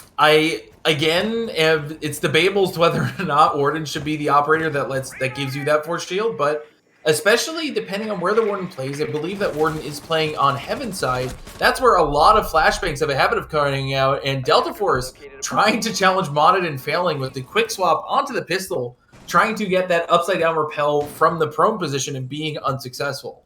Now that's just the loss of a gun, but to be fair, Delta Force did get the 4K last round, and Mata getting the double again. Mata being the one and seeing the legs of another, getting 3. Okay, Mata getting a triple kill, and another one of that tally I had before. And I think that's Mata's 3rd or 4th triple and or quad kill on the map so far, as we see the Goyo here jumping out, finally getting death to weeks, and then modded getting a 4K. Okay, so we're now having a modded 4K count. Did he leave the windows at all? Like, that man just got all the kills off the windows. No, he may have gone to the top of the building, but I don't think he ever entered. I'm pretty sure modded never entered the building. I think this is the first win on Cafe I've seen where no one actually walked anywhere near a site. Like, they legit just played windows, got 3 kills. Like, usually Cafe is a site where it's like the hardest thing is getting your foot in and getting your foot into something good, right? Like, you get people dropping down hatch, putting down a claymore on the flank, and then trying to blow open the piano wall, but then you're playing for piano with that shield there, and things don't go well. And however, if you do win that's your foothold. That's where you're gonna plan all your attacks from, and that's where majority of your safe place is going to be. You know, otherwise you're always your foot's always in danger, and you had to constantly be looking everywhere. Yeah. And they ignored that. They just got 3 kills off windows, and actually possibly even 4. The 4 was trying to recover from the run out, and then Mod is like, oh, someone ran out because the detector is now. I don't know if it has sped up. That was Pepega. The Pepega was on the Zofia and was on so that was door. Someone else from the window. So Mod had got the last person from the window anyway, like tertiarily managed to get that. Okay, that may have actually been from Skylight, I think. Yeah, it was onto the Warden for that one, I believe. Yeah, that would have been from Skylight onto Warden trying to cross somewhere, at least from what we could tell. Yeah, but it looks like we got a little hit onto the Destroyer that may have been a self-inflicted impact, which is very possible. And that's what I'd hazard it is at this point here. And now we are at the start of the attacking phase, but with only 1 wall reinforced in Freezer. And of course, they're just trying sites to see what sticks here, at least in terms of how they want to do their second rotation here for the other 3 maps in their half. But this is definitely a wild hot take, especially with the number of people all in the same place in the main foyer of the first floor of Cafe. You know, I'm really curious to see if they're what the adaptations that PSU is gonna make here, because that round before, definitely a lot of mistakes that occurred. Should not be losing like that, and I'm pretty sure that they're gonna be trying to play a little bit more reserved here, not try to get too crazy, and use the intel that they can to their advantage before, going for something super, super crazy. Looks like they're going to have the Maverick just burn the wall instead of anything else, but this requires a little bit more cover onto your Maverick. Actually, I lied. I forgot entirely that you could just burn the top there, throw a grenade over, get rid of any single anti-breach, and then, get your ace. Actually, they don't have any other hard breach, so they're just going to have to burn the wall straight up unless they want to, go round, which is crazy talk. And yeah, they we'll see how that one works out. Yeah, they do not have a Capitao, so they do not have the ability to use that mini breach to make the crouch roll. So they're just going to have to do the Maverick trick, which at this point we're pretty sure is intentional. Where if you break the top part connector and the lower part connector, the wall just suddenly becomes soft, because obviously that's how game logic works. As we see the Alibi trying to challenge the Maverick here, and probably going to be successful, But did she get it in time? Oh, she did. No, she did not. And it looks like the Maverick did do their job before they end up eating it here, as we see the Ash Charge come out. Now they have entry into the site. There is a Maestro Cam up on the upper left-hand side. You can see the Alibi facing it there, as it looks like they're trying to challenge into site. Santa getting tagged a little bit. I'm not entirely sure where. It looks like from the Legion, who is sitting inside of the little cubby. I believe that's stock. Closet. That's also accurate too. Santa getting Delta Force here, coming around from that side. It looks like the Ash got notified here, and it looks like he's going to get it. Seeing a different head coming out from Destroy here, and is going to get someone here. Yep, getting the Pepega. And now we're in a 3v4 with 50 seconds left here, challenging multiple people. Destroyer is definitely very, very, very pinned, especially being the only one really on site. Everyone else is kind of playing offsite indoor upstairs. And it looks like finally that Maestro Cam got taken here. Now we see a frag grenade, I think, coming in here as K-Bear gets Santa. Now we're in a 2v4. We know where everybody is at this point here. It looks like the tag was mostly unsuccessful here from the double frag grenade, managing to get the fully flashed Destroyer. Modded getting dropped. And then Caber cleaning that one up. Caber getting the double. Let's see if Caber can hit the triple to add to my little count here. Seeing the head here, that was Electro shot. I'm not entirely sure where Caber is. I think that, yep, from upstairs, you can actually see it watching the diffuser from upstairs. Ooh! Oh, that you gotta hate to have that happen when you're watching the diffuser for your life, and then you just watch it get yoinked in front of your very eyes. But Jaws is just gonna go in and go for the bite onto Death to Weaves, taking down the diffuser, get those extra points so that he could be the MVP and keep chat nice and happy seeing him on the top of the leaderboard. Yep, that is the main goal for today, I would say. Like the quaternary goal of this stream is to make sure that whether win or lose, Jaws is at the top of his respective leaderboard, just so that chat stays CC'd from the nonsense. So now they're going back to Reading Room Fireplace without having tried upstairs again. I guess they deemed it such a catastrophic failure that they did want to avoid it like the plague, which isn't wholly unreasonable based on how the last time they went upstairs went. Yeah, and last time they absolutely dominated this defense, so they're definitely going to be looking to do it again. Actually, hard picking the Goyo here instead of the last time where they 6-picked into it, so probably trying to keep themselves a little bit more flexible in this case, and try to see if they can find any reason to swap off. Looks like we are going to see a little bit of a change in the attackers here, bringing the Hibana instead of the Buck. And that might actually be a good plan. Gives them some hard breach to help get rid of the stuff upstairs. I think there is a mute that puts down jammers up there, however, so it's going to be a little bit more difficult in that regard. However, that Hibana can pretty much spend all of those charges upstairs, because when it comes to downstairs, the only thing you could really breach is that wall where that mute is reinforcing, because anything else is kind of, well, it's either soft shot up into bits or non-existent, or really ineffective at the very least. So Hibana actually might end up being a nice pick here, and might still work out, even though I actually kind of lost track if they're forced into the site or not. Yeah, and they were not forced into this site because they only they lost it. So then they won downstairs, which means that they would have been able to go back down to reading again, as we saw, and then they pivoted back. Well, if you're asking if they're locked into reading, the answer was no. They just decided to do reading again because they won it the last time. Yeah, and because they, as I mentioned, they lost the top floor in fantastical fashion.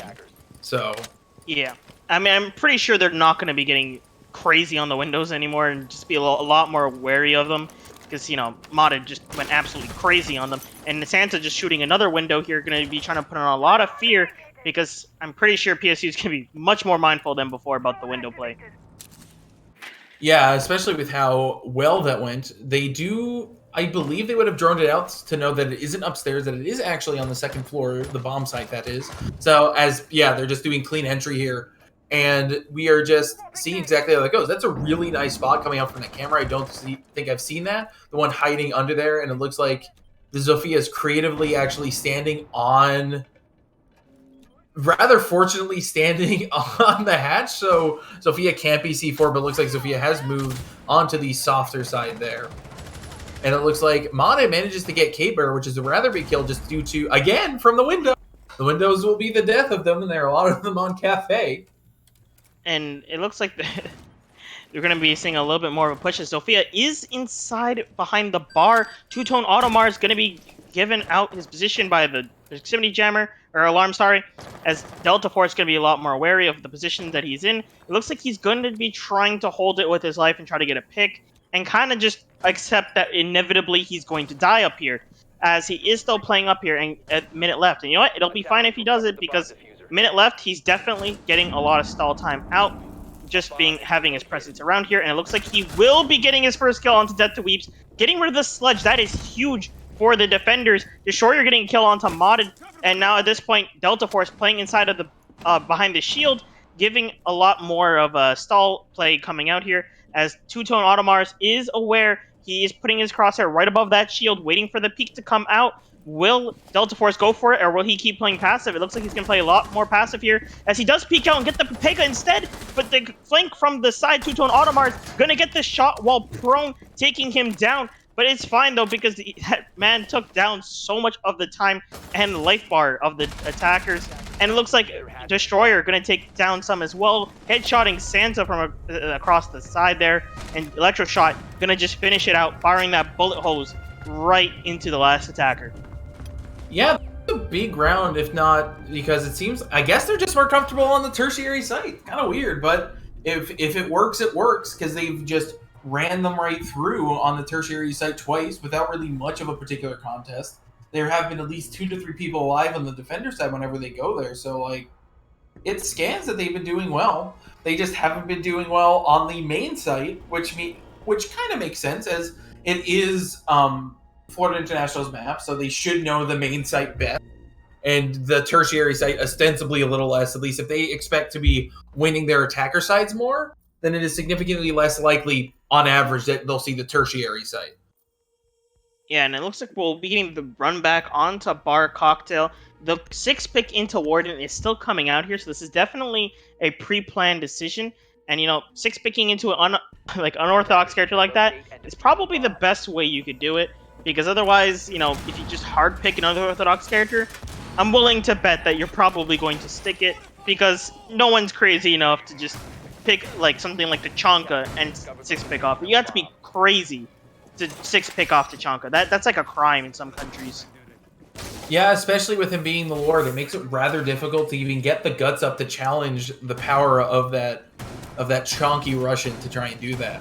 Interestingly enough, we do see that a reinforcement dedicated to the space in between bathroom and freezer, which is highly irregular. That specific reinforcement is rather odd, but it looks like they're going to be playing full sight lines through freezer and the main bar. So the number of shields we have is 4 again, which definitely what this supports. So it looks like they have a shield protecting the rotation of freezer heading towards A bomb, and then they also have another one in heaven. As far as I can tell, it looks like they're prepping I assume for audio. I don't know what else that would do.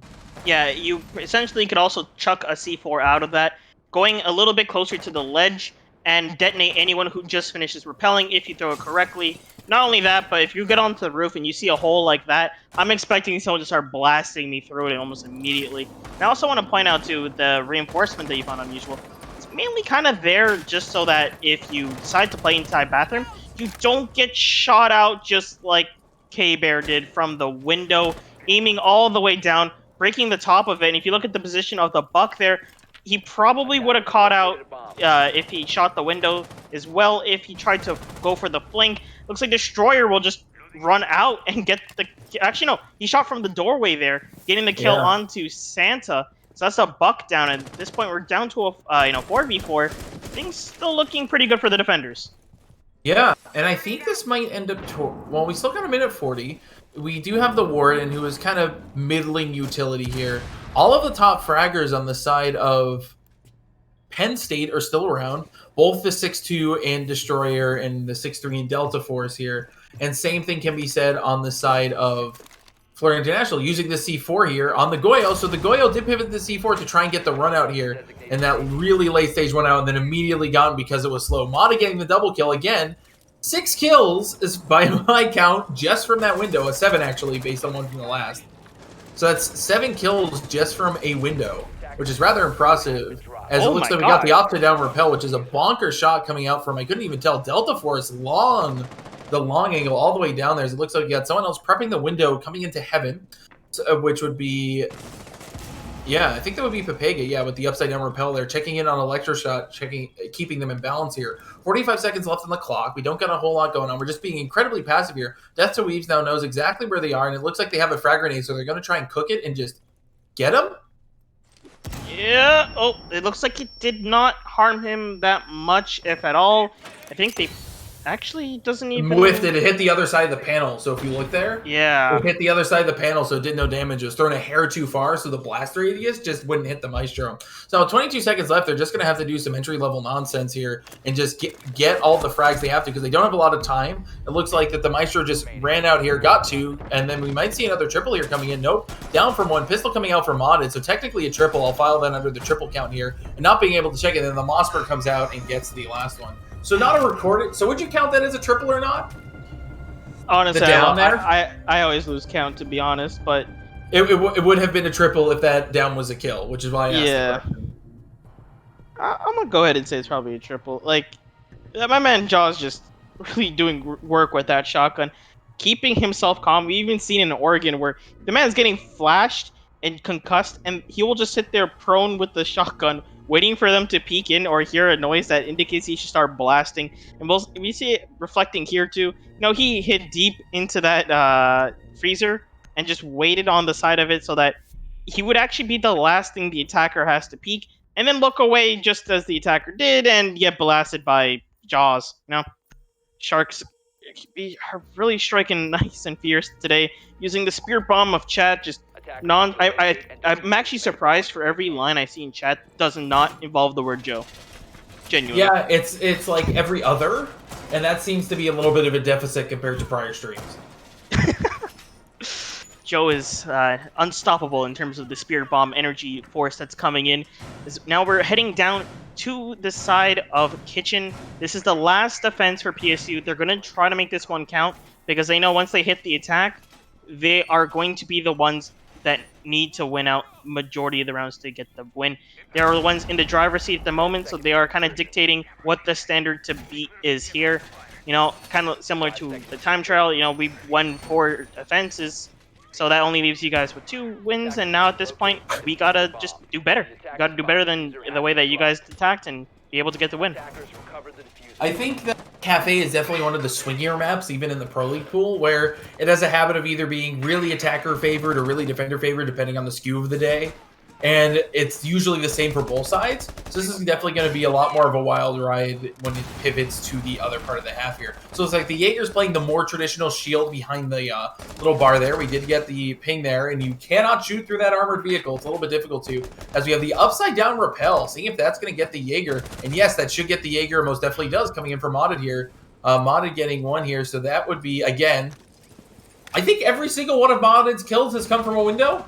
Yeah, I mean, honest to God, that's probably a safe bet, but he probably did get some kills on a 1v1 engagement. But this man, you can tell, extensively trains for window kills. As he gets another one onto Destroyer, and it looks like Two-Tone Automar is going to take down K-Bear. And at this point, the attackers are looking very strong. It's down to Electroshot and Jaws as they hold down this site by themselves. The destruction will start coming in all around them. Thermite already getting ready to breach. Electroshot actually in a bit of a tricky situation as there's 2 people in the halls, and he just opened up the wall a little bit more. He looks like he does get a couple shots sprayed into Santa, but they both don't know where each other are 100%. They're going to run around, and my goodness, Santa gets distracted by the mute jammer because it jammed his vision, had to take it off, and right into the arms of Electroshot in front of his face.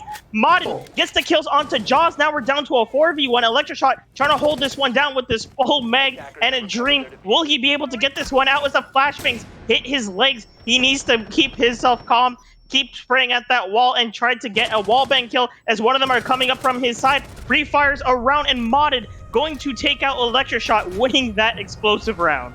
If you're curious, that's Modded's 4th 4K of the match. That is these both teams are just absolute monsters right now. Just trading 4Ks, trading 3Ks, and even the positions that some of the other players are in, like, that was probably the most unfortunate time to have your foot scanner up as of Jackal. Like, it probably did help him find where the Maestro was, but that was the hard punish I did not expect. Yeah, just that really shows you why people say, just take off your scanner before you walk in sight, because just walk straight into a mute jammer, you get blinded, and then you turn it off just to see a lovely Maestro right in front of you with that bullet hose ready to unload on your head. And it's just really unfortunate situation because I don't think you can even aim down sights while turning it off. So, no, you can't. Yeah, that you have to hip fire and pray to God it's going to hit. See, and that is exactly why you obviously should take the barrel-fed LMG over the AR. You just got more bullets to fire with when you got a hip fire in that very narrow niche situation. Oh yeah, that was almost a very clutch situation for Vega. He definitely, I feel like he had the ability to, although obviously not very favored toward him. He actually, sorry, I got my teams backwards because now we're swapping over. believe that was the electroshot, sorry. And he was in a bit of a sticky situation, but definitely one that could have been winnable with a lot of, if he just consecutively got, like, it's going to sound stupid, but if he consecutively got, like, 4 wall bangs through that wall, which is technically kind of possible, they're all kind of peaking in a way that they'll be a little bit exposed, but, it's like, yeah, it's like gambling, pretty much. And Yeah, actually, definitely. surprisingly, we're going to see the mirror not get 6 picked off. Yeah, we actually get to see Mira, and it looks like Modded trying to do a spawn peek using client-sided debris as his friend, but nobody spawns on that particular side. We do see a gridlock this time. Not using the LMG, though, in an interesting take here. Yeah, I mean, sometimes that gun is actually pretty good, too. I believe, actually, they both have a pretty quick reload in general. However, that gun won't lie. Sometimes you'll be very surprised on how much damage it could do and how much, like, firepower you could be throwing out there. Whereas the LMG, a lot more bullets, but at the same time, I believe it is slightly less damage. I could be wrong about that one. I haven't really checked the gun stats in a long time. Yeah, I honestly haven't either, is because many people prefer... Ooh, we do have one Mozzie drone, but many people do prefer the, I forget what the specific is, but the really wide optical LMG side. I don't remember if the AR that Gridlock has that same sight. And it looks like we're going to see the C4 come out. They have not actually entered yet. Oh, this might work. Yeah, so, wait, I think that drone got destroyed too early on the draw. Very unfortunate. That actually could have worked out perfectly because the amount of intel they had in that room. They had the Mozzie drone to be watched and check for the timing. But it looks like it will not be caught. And instead, give out his position as K-Bear. Going to start pressuring the window, seeing if he can catch Santa. But it looks like the drone, watching him from behind in Delta Force, going to come catch him in his arms, taking his head right off. And at this point, the roam from below is gone. The attackers are going to be trying to focus entirely on the top floor, as Delta Force is going to be coming up white stairs to kind of stop the little bit of a, that's what I'm looking for. It's not tunnel vision. I can't remember the other word. But, choking themselves into one direction. Looks like Delta Force is going to walk up the staircase unscathed, get one kill as someone's in the bathroom. He could just peek out and get the shot, but it looks like instead he's going to whiff, and Delta Force going to get that free kill onto Vega. And at this point now, he's looking to just rotate back with his team, knowing his position is compromised, and he's much better supporting his team and keeping that, kind of illusionary pressure that someone's behind. But Modded is going to see if he can catch him in his arms as he goes below, and yes, he will. Modded does get the kill on Delta Force 2-tone Automars, taking an electro shot, and at this point, it's, 3v3? Never mind, it's 2v2, as 2-tone and K-Bar both get a kill. K-Bear are going to be running up the staircase trying to regroup with Destroyer as they make some callouts, pinging the drone to make sure that it's friendly and not a Mozzie drone. Very, very smart. And it looks like K-Bear are going to be aiming on the other side, seeing if he can get a nice crossfire going and make sure they're not picking the same thing. 14 seconds left on the clock. They do get death to Weebs. Down to one player left. 2-tone trying to fight for his life as K-Bear is now the last man standing. One goes down, but so will 2-tone. K-Bear getting the last kill onto 2-tone there, winning them the round for Penn State. Yeah, that was huge. That was definitely what they need, because that's round 7, which then puts them into almost map and match point, but definitely going 2 and 5 on the top floor. That's definitely a huge deficit. That could have been won, but some unfortunate circumstances in terms of where the crosshairs were placed, and basically anticipation as to whether crouch height or standing height.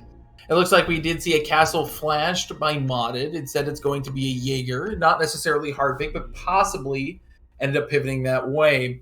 They are going down to kitchen service as they figured, okay, we just can't risk it anymore because we got to win a full rotation anyway to be able to get back and swing this into a 7-5 or even a 6-6. So we might as well try one of the different sites because we're going to have to be able to win there anyway. Yeah, at this point, FIU only has one round to lose. After that, it is in their entire tournament life. It will be on the line, as PSU will just be one round away at that point to take the entire match for tonight, ending it at 2 maps, which would be quite a very impressive record. As as we look at all the playoff matches, we've been heading a lot onto the 3rd maps, and we've just been seeing a lot of close maps and trades here and there. So it'd be pretty impressive if they actually were able to pull this map out, especially as it is Penn State's pick. And if you don't know as well, with the format that playoffs go with map bans, you only get 1 ban before having to pick a map. Meaning, if you're not good at every single map, the map that there cannot be 2 maps that you hate. It has to only be 1. and preferably 0, so that way you could just flex ban the other one. But that would mean that you have to be pretty confident your entire map roster. You can't just force the same 2 maps over and over. And if they are able to win this, that would look very impressive. Yeah, and it looks like we heard that C4 rip prep. At least they're at least over the top of Freezer. It looks like they're prepping that hole here. As Destroyers, they're going to do a fully organized top floor push. As Modded is going to push upstairs with them. It looks like he does acknowledge that hatch is going to be open and then immediately retreats backstairs down to Train. Santa is also playing upstairs, seeing a Vigil, which is not an operator we see that particular option, prepping the rotation back down from New Hatch after the kill here. Or after the potential kill. And we do see them droning out Piano with the hatch being opened into Train. So it looks like Mana does have eyes on the new hatch and having a really good shot here as we do see a drop based on the outlines onto the red stairs with Gridlocks coming out there.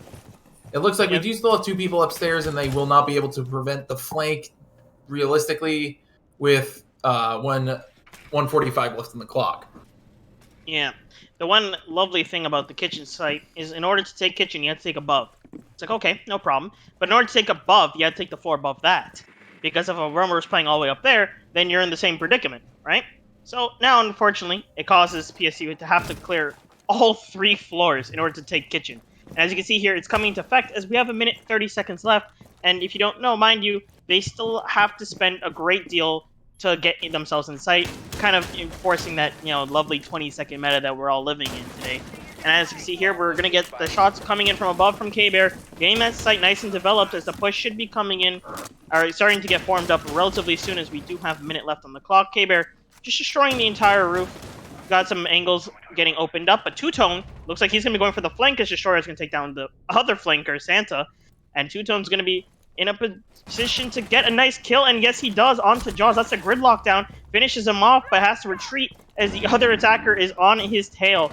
Two-Tone gonna just back up, reload that gun as the entire construction that is the top floor is going to be underway. Yeah, and there's only 30 seconds left, which means that they're going to have to rotate downstairs really fast. As Two-Tones manages to get Destroyer here, slowly bring this back. I believe that was a second kill off of those red stairs, because there aren't really very many avenues to get back downstairs anymore. They got the central stairs. It looks like we got 1 person over all the way inside bar in the cafe here. We got a second drop coming in from outside, so it looks like that's where the primary entry is going to be. 15 seconds left. We got Mana taking out Delta Force here. Let's see if Mana can get the 3-piece. Nope, we got someone else getting the 3-piece instead, and Death to Weaves getting the 3-piece instead of Mana just passing that off. So, adding another one to that tally, I guess. Yeah, it's a lot of just very opportune positions. We got, Death to Weaves just playing in between the 2 points where the attackers are going to be coming from, Prep and the Breach, and just perfectly peeking between the 2. It's just a lot of people in the right positions and knowing how they should be peeking it, knowing their priorities and who should come first in terms of angles. Yeah, and now they got to go back to the cocktail and bar because there is no margin for error here. They just got to eventually win every single site, so they just got to try and bang it home here, bringing Mira again, which nearly won them the round. The fact that they had the Mira with the Vector being a very powerful SMG with an actual scope sight is definitely nothing to be trifled with here. Now, as we are heading into the 6-pick phase, we see nothing. So it looks like we're just going, oh, Maestro 2, Valkyrie. Okay, so they are pivoting toward a more data-driven role as they saw like, oh, we can frag pretty well, but we definitely just need more information, and that's likely why the pivot onto Valkyrie's made, as Maestro is definitely less useful on this site than many other ones, while comparatively to some other operators. Yeah, and gonna be interesting to see how the push comes in this time. I think, oh my god, my memory is like hazy. Remember correctly, last time the attackers kind of got stuck on this side of Cigar and Piano area, and they just couldn't really manage to push it out. My memory is actually just fading slowly as this match is going on. I'm sorry, but I'm really curious to see some of the adaptations that are going to be made. Mirror being brought out again. Last time we kept seeing getting 6 picked off. Now we get seeing actually stuck. Looks like running into classic mirror window, watching the entire skylight so you don't have to peek it and risk your entire life in order to make sure that no one drops down that hatch. And also in freezers, so you can pretty much extend that freezer wall. And generally speaking, like I said before, Piano is one of those footholds. By putting this mirror window on freezer, you're actually making that foothold a lot more scary because there's a lot more angles you can get peeked from. Not only that, but once you do take it, one of your goals usually was to blow up that wall. Well, it's already blown up, and there's a mirror pointing right at it, so if you do try to soft breach it with that buck, you're going to have to be relatively in an angle that mirror is going to be able to peek. And if you try to sludge it, which I don't think is an option in this case, you're going to be a little bit dangerous. So they're going to have to probably spend either Destroyer or Delta's utility on it if they decide to try to push into Freezer itself. And if they don't, well, then they're going to have to force themselves into a different direction, as Modded looking like he's starting to set up some nice, beautiful angle here, which I'm actually really curious to see how this will work, unless he's... No, I'm just getting baited. He's actually just melling the side of it as some kills are going out. We got Delta Force taking down two-tone Automars, playing on the staircase there, as Valkyrie is also her Pega just trying to absolutely hold this drone coming out. He's going to have to back off here. He still has a C4 in hand, could actually go wait until he hears the barbed wire, then whip it out and see if he get the kill, which could be very likely, but Delta Force instead going to opt to be going the other direction. Modded playing by these pillars, waiting for him to just peer in his crosshair, and yes, he does. Delta Force going down to Modded, playing in this very scary position to be sitting in. However, if you do know how to play it well, you can do things that Modded is doing in this situation, as K-Bear trying to pop the mirror window, but instead will pop Santa's head in the process. Not sure if he did get the mirror window. Oh yeah, he did manage to get it, so that is a lot of pressure off from that angle. Yeah, now we see K-Bear coming in and Jaws coming in from the red stair side. It looks like K-Bear is just finishing the demolition up top, just trying to peek out just enough to get the heaven-sided camera here. Destroyer using another charge, so it looks like we have two people downstairs inside of Laundry, trying to just get eyes onto the people in heaven, pushing them out of there, as we see tracks going out into the back south side hallway. Jaws getting eyes onto the Mozzie, trying to challenge Modded, and Modded might be able to get the quick flank here, especially with 35 seconds left in a round.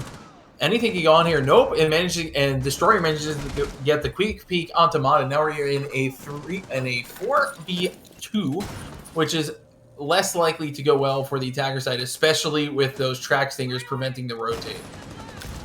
And it looks like we're getting the Ash on the window again, a staple from the last time when Modded did it. Let's see if Destroyer can pull the same record, as there is a Valkyrie right beside him. Death to Weebs getting 2 kills, but Pepega gonna get the kill onto Death to Weebs. Pepega getting... Oh my goodness, so much kills. Just goes off very quickly. Jaws getting the last one, though, onto Pepega, and that's the attacker win. Now, at this point, we are at match point, and I would... No, maybe not tournament point, but what's the other word? Set point? It's a match point and a map point.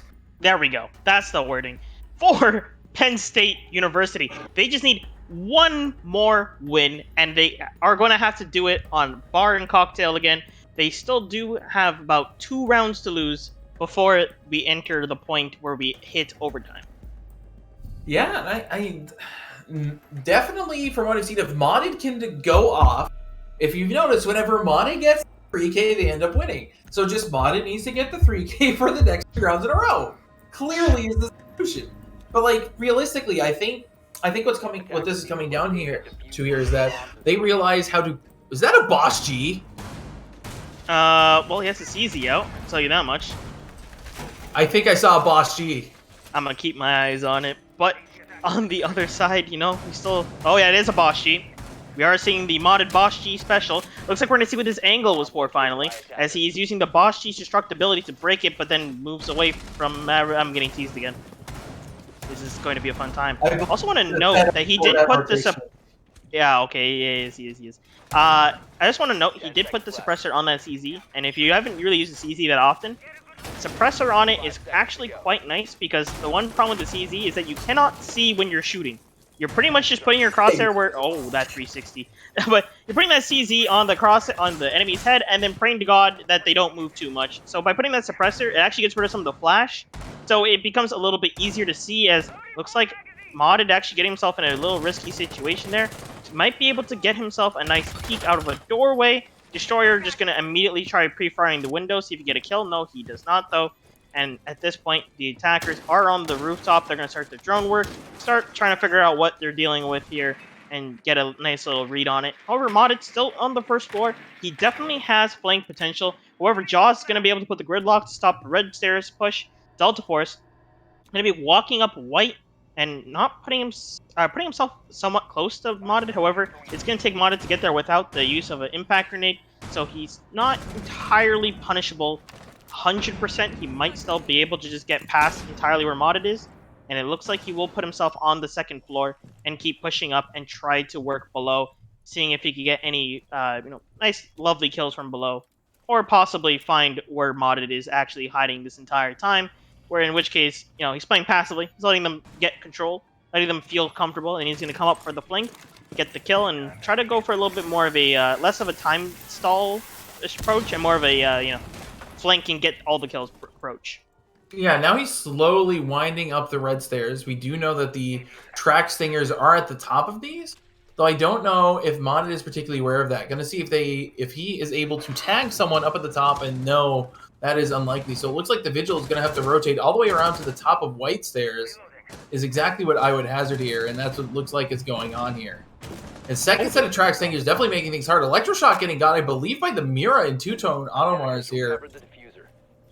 Yeah, and they're going to get the Electroshock back up, I think, but it looks like, yeah, it's going to be able to get, yep, there we go. Ooh. As it said, it lowers it, so Modded gets K-Bear, then Destroyer gets two-tone Automars here. The trade's coming out here, and it looks like they are going to get the revive. Oh my god, they're playing rings around each other here as the Ash is trying to track the Vigil. He's in such a good position for this too. He's gonna be able to might be able to completely go undetected. He's gonna crouch peek through, gets the shot with the CZ. That's Delta Force down. Modded gonna be able to squeak out both of those people trying to come after him and stop the lower floor push. He's gonna be able to just walk back into sight and help out the anchors at this point, unless he's gonna try to go for a very risky flank from behind, which I don't think he's gonna go for, as the track stingers are gonna kind of give up himself out. It looks like at this point, the attackers are just completely being outgunned. There's not an angle, except for the one that Modded made at the beginning, and he's going to get the shots onto Jaws, taking out with the Bosch G with the final kill. And I'm pretty sure that is a 4K. Yeah. There's a 3. It was 3. That one was 3. But still, I said we need 3 more Modded 3Ks, and that's what's going to determine this match, and we already got one of those. I actually really like the Bosch G from that, because if you think about it, he's treating the CC like a primary, and that is a gun that, I've used that gun a lot. That gun could be its own primary, honest to God. Like, even when, before Kali had the machine pistol, that CZ was actually not a bad choice on it. Like, to be clear, if the way we assume the path to victory is, we saw that Modded was 18 and 6? So, on the losing side? So, if this trend continues, assuming 1, 2, 3, so 9 more kills and change, that's 27? Possibly. And also, I want to note here, too, you got taken off the Vigil and put onto the Jaeger. It's now Santa's turn to go for the roam. Well, actually, the more heavier roam, to put into words. Yeah. I'd hazard that it is less likely to be the Bosch G. I would think that is safe, and yes it is. That is the K1A right there. Yeah. And now we do see Death to Eves basically being the bandit to prevent the breach on the bar side. On the attacker side, we do see a Maverick, so that'll make it a little bit more difficult, though the hole in between the two slats plus the frag grenade generally cleans that mess up. So we see a Thermite, Maverick, Ash, Sledge, and Zofia, so they'll be able to get, once they get reasonable middle floor control, it's not a standard 2-floor building as many of the other maps are, middle floor control, then they'll be able to do reasonable demolition. On the defender side, we have actually a Goyo for once. Goyo C4, we have a Jaeger, Mozzie, Vigil, and Bandit. So it looks like we are going on the lighter side, at least in terms of operators, and a more ostensibly roam heavy skew for this site. Yeah, and it looks like Modded going for another spawn peek here. Not gonna find any heads, but I think it might actually catch someone who tries to propel up as well, but I'm pretty sure, yeah, he's backing off that angle, because that is kind of risky to hold for an extended period of time, as we do have the Maverick just gonna, burn that little top part, possibly throw a grenade over, get rid of anything there, have the Thermite blow up the wall in about, I think that should be done in less than 10 seconds, maybe. Well, once they get inside, of course. Destroyer going to be seeing the guy in code check, which is the Jaeger, and going to be seeing if he's going to be able to pull off any plays. And as the attackers are getting in position, blowing up the first wall into prep to give themselves the extra angles, as Maverick is working on the other wall, so very time efficient. on the attack side. Blow open, throw that Oh, grenade it over. missed. Yeah, it missed. He's gonna make that grenade a little bit, or that hole a little bit bigger to make sure that it does get through this time. C4 gets chucked out instead, taking down Delta Force. That's the Zofia off the board. Those ADSs are gonna be a lot more scary to try to burn at this point, and it looks like the Maverick is gearing up to just, instead, looks like maybe possibly two-line the wall instead, or make the hole bigger. Not exactly quite sure what the instruction is there yet. Looks like we're getting a two-line coming in, as we do have the sledge to open it up, or possibly the other grenade to just get thrown at it and get rid of it instead. Grenade looks like it was tossed in pretty deep. Just did some... Oh, no, that's Jaws off the board. But they did shoot... Gets the prone again! Yeah, but unfortunately, the charge was shot, so that if the Thermite is still alive, they can actually breach that secondary wall here. And the C4 missed to get the sledge. Now we're actually in a 2v5 situation somehow. In a wild thing here. Okay, so now we're actually back up to 3v5 with 55 seconds left here. It's going to be significantly more difficult as Modded manages to get Electroshot. That would be the first kill of the day. Second kill of the day coming out for Santa. Let's see what the scoreboard is.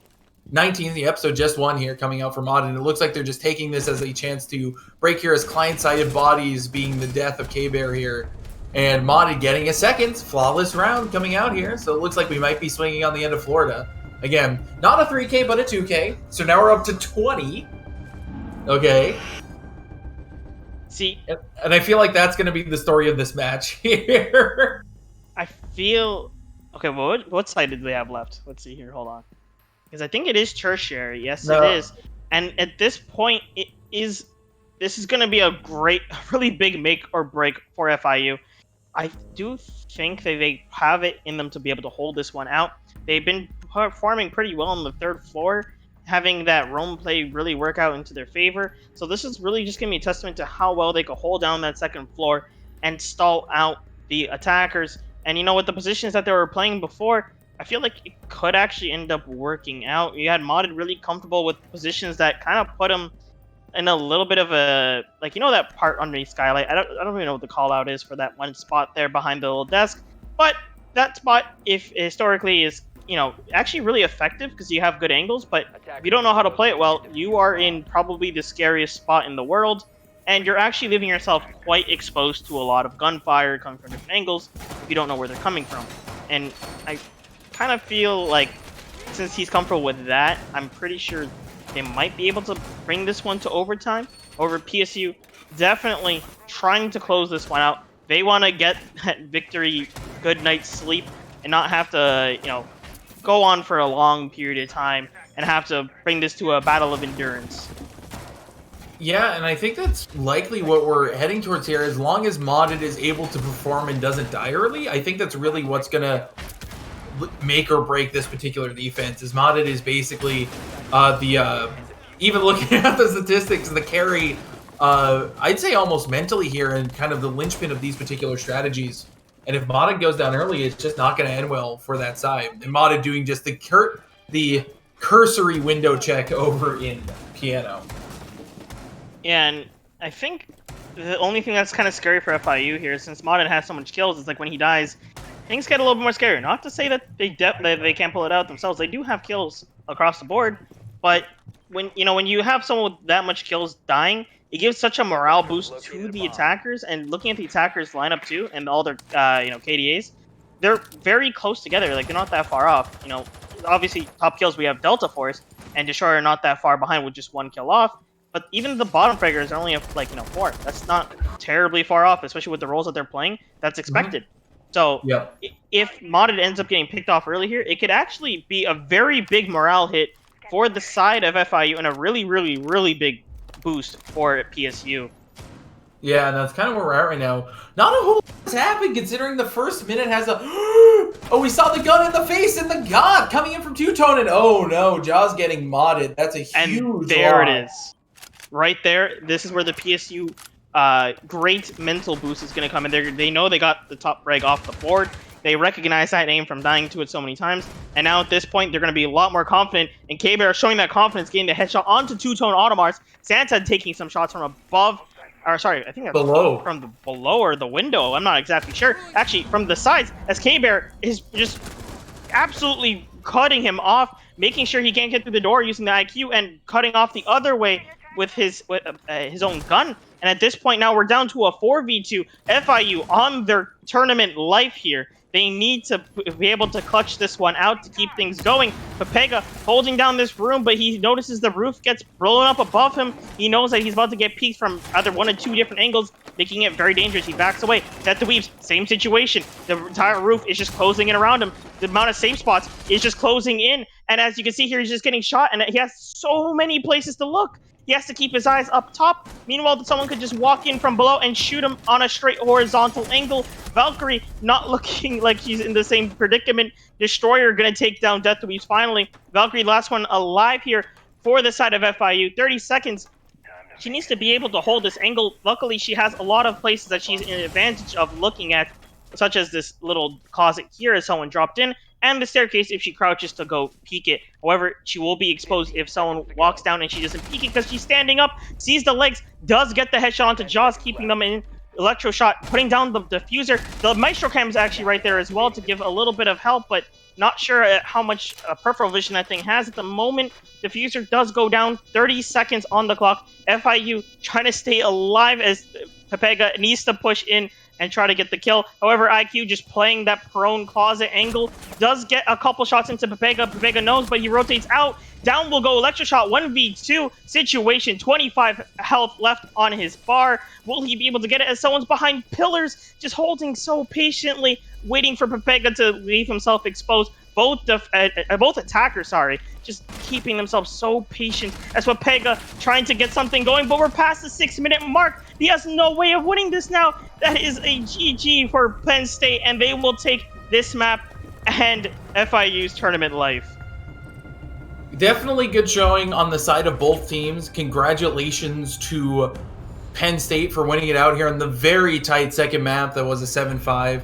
Also, fantastic showing by Modded. Good lord, pulling a 20-7 on this side. That cannot be discounted here on this particular, especially for that kind of showing. That is monstrous, and good job on them. And I'll be excited to see them next season, especially invite. Now, the question is, we usually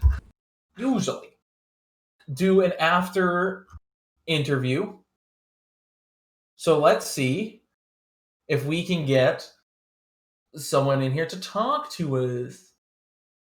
And you know what, too? Like, the nice shout out at the end for the good old Joe State fans. I'm pretty sure they're all super happy he managed to be able to, go full force and pop off there. And it looks like we will be getting an interview from none other than the coach Epic. I can see the big capital letters and squealing. This man is hype. He has been watching his team from the sidelines, cheering them on and trying to just keep his faith up in his team. And you know what? He definitely did that. Just got everyone into shape for this match. FIU, historically, they've been doing very, very well in this tournament, and they were definitely looking like one that would be possibly top 3. So, Epic, you're here now, and how I gotta ask, man, how are you feeling? Oh, it feels so... I can't say that. It feels so freaking good. Oh my god. It feels so good. Oh my goodness. Spirits are so high right now. I gotta ask, because, FIU, they've been known to just absolutely dominate on a lot of the matches that they have played. How, the prep and all that, how would that go for you? A lot of self-confidence. I think when we lost to them in winners, we doubted ourselves a lot because we technically haven't won a best of 2 or best of 3 until our very first game in the season. So losing that really hurt, and then beating RIT, that was the start of our confidence to just come back and just absolutely start our run. I mean, we're so happy right now because I know when we beat Wisconsin, I said, all right, guys, listen, guess who we're playing? FIU. You guys need to be fired up and be ready for revenge. And oh my God, were we? We were so happy at the end of the game right there. It would be impossible for them not to be fired up with the amount of Joe fans in the chat. Dude, I couldn't read I think at some point, what was the longest just Joe chain? I was part of one. There was like 4, I think. I don't know how long the highest Joe chain count went, whatever. And then there was a point where every chat message at some point on my screen had the word Joe in it. That was ridiculous. Shout out to Joe fans in chat. Shout out Joe. He said if we win, he's gonna kiss us all. And I reminded him through the mask because we're safe. Oh yeah. We kiss homies through the mask here. So I have to ask, what was the mentality going in against a 20-6 person going into the last round? Didn't even notice until Destroyer called it out, and I just didn't comment on it. I don't know if anyone else registered that. I hope no one else did, because the moment someone said that, I was just like, it doesn't matter, bro. It just doesn't matter. All right, we got this. Like, yeah, we just shoot them, you know. Destroyer was like, all right, guys, you know what? Calm, call. Just hit your shots, drone things out. We got this at the very beginning of the round, and that was it. Like, I mean, I will admit, like the last second there, if you see, I don't know who you guys are spectating, but I heard that Destroyer was wheeling his CORSAIR as the Valk crossed in red, which is so stupid. But no, that was really good. I'm super proud of the guys. I mean, honestly, like all the effort is on them. Pretty sure the last time I was here, I mentioned I'm just the motivational coach. Destroyer does so much in coming up with like our strats and all of our ideas. Delta obviously doing so much in making plays. Joe, absolute clutch player. Kabir, solid all around. And then either we have Electro or his in-game name is Kyle. We call him Rennie. Both great players. So shout out to all of them. Like so far, it's all them. It's Kabir. Oh, that's his name. It's K-Bear. His full name. Come on, we don't call people by screen name here. That's cringe. Come on now. K-Bear, solid, holding it down. Like, shout out everyone. Shout out everyone. It's all them. All the efforts on them. Like, I could not be more happy. Last question. Next, you just beat FIU. Next match, you're going to be going up Michigan Tech. How are you feeling for that? We're excited for that one because, again, we played them final game of the group stage, and I'm 100% confident that should have been a 2-0 if Destroyer did not accidentally go for a spawn peek in the 10th round or the 11th round. I remember he went for a spawn peek, and I remember afterwards I was like, why did you do that? And he's like, I didn't notice the round count. But we're more aware now. We're further into the season. We check the top of our screens more often, and I'm positive it's not going to happen again. I remember that actually happening too. That was quite the predicament. And of course, thank you for coming out for this interview, Epic. Thank you very much. And thank you guys for casting, absolutely. And thank you to all of you in chat, and along with our sponsors as well. We have Rogue Energy keeping me awake and alive during this no break double map stream here. You gotta stay awake, gotta keep pepped up. Got to make sure you don't fall asleep. And, it's really hard to as well with the players playing the way that they do. Not only that, but CORSAIR, CORSAIR products really help out. You got those wireless headsets allowing people to stretch like I do while casting at the same time and not having anyone realize that you're stretching the entire time because your legs are getting tired. Not only that, but, those keyboards, they actually released recently I believe the K100, which is optomechanical, really allowing some really quick actuation times, allowing to react a lot quicker to anything that happens in the game.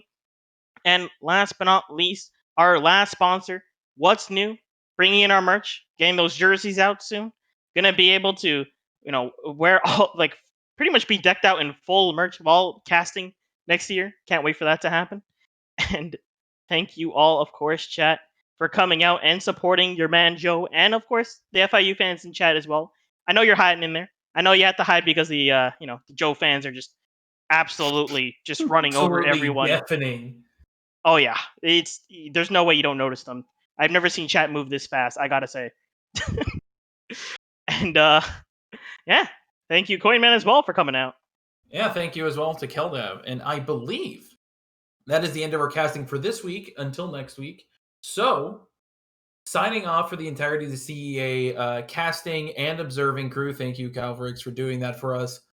That's all for tonight, and see you next week. Bye-bye.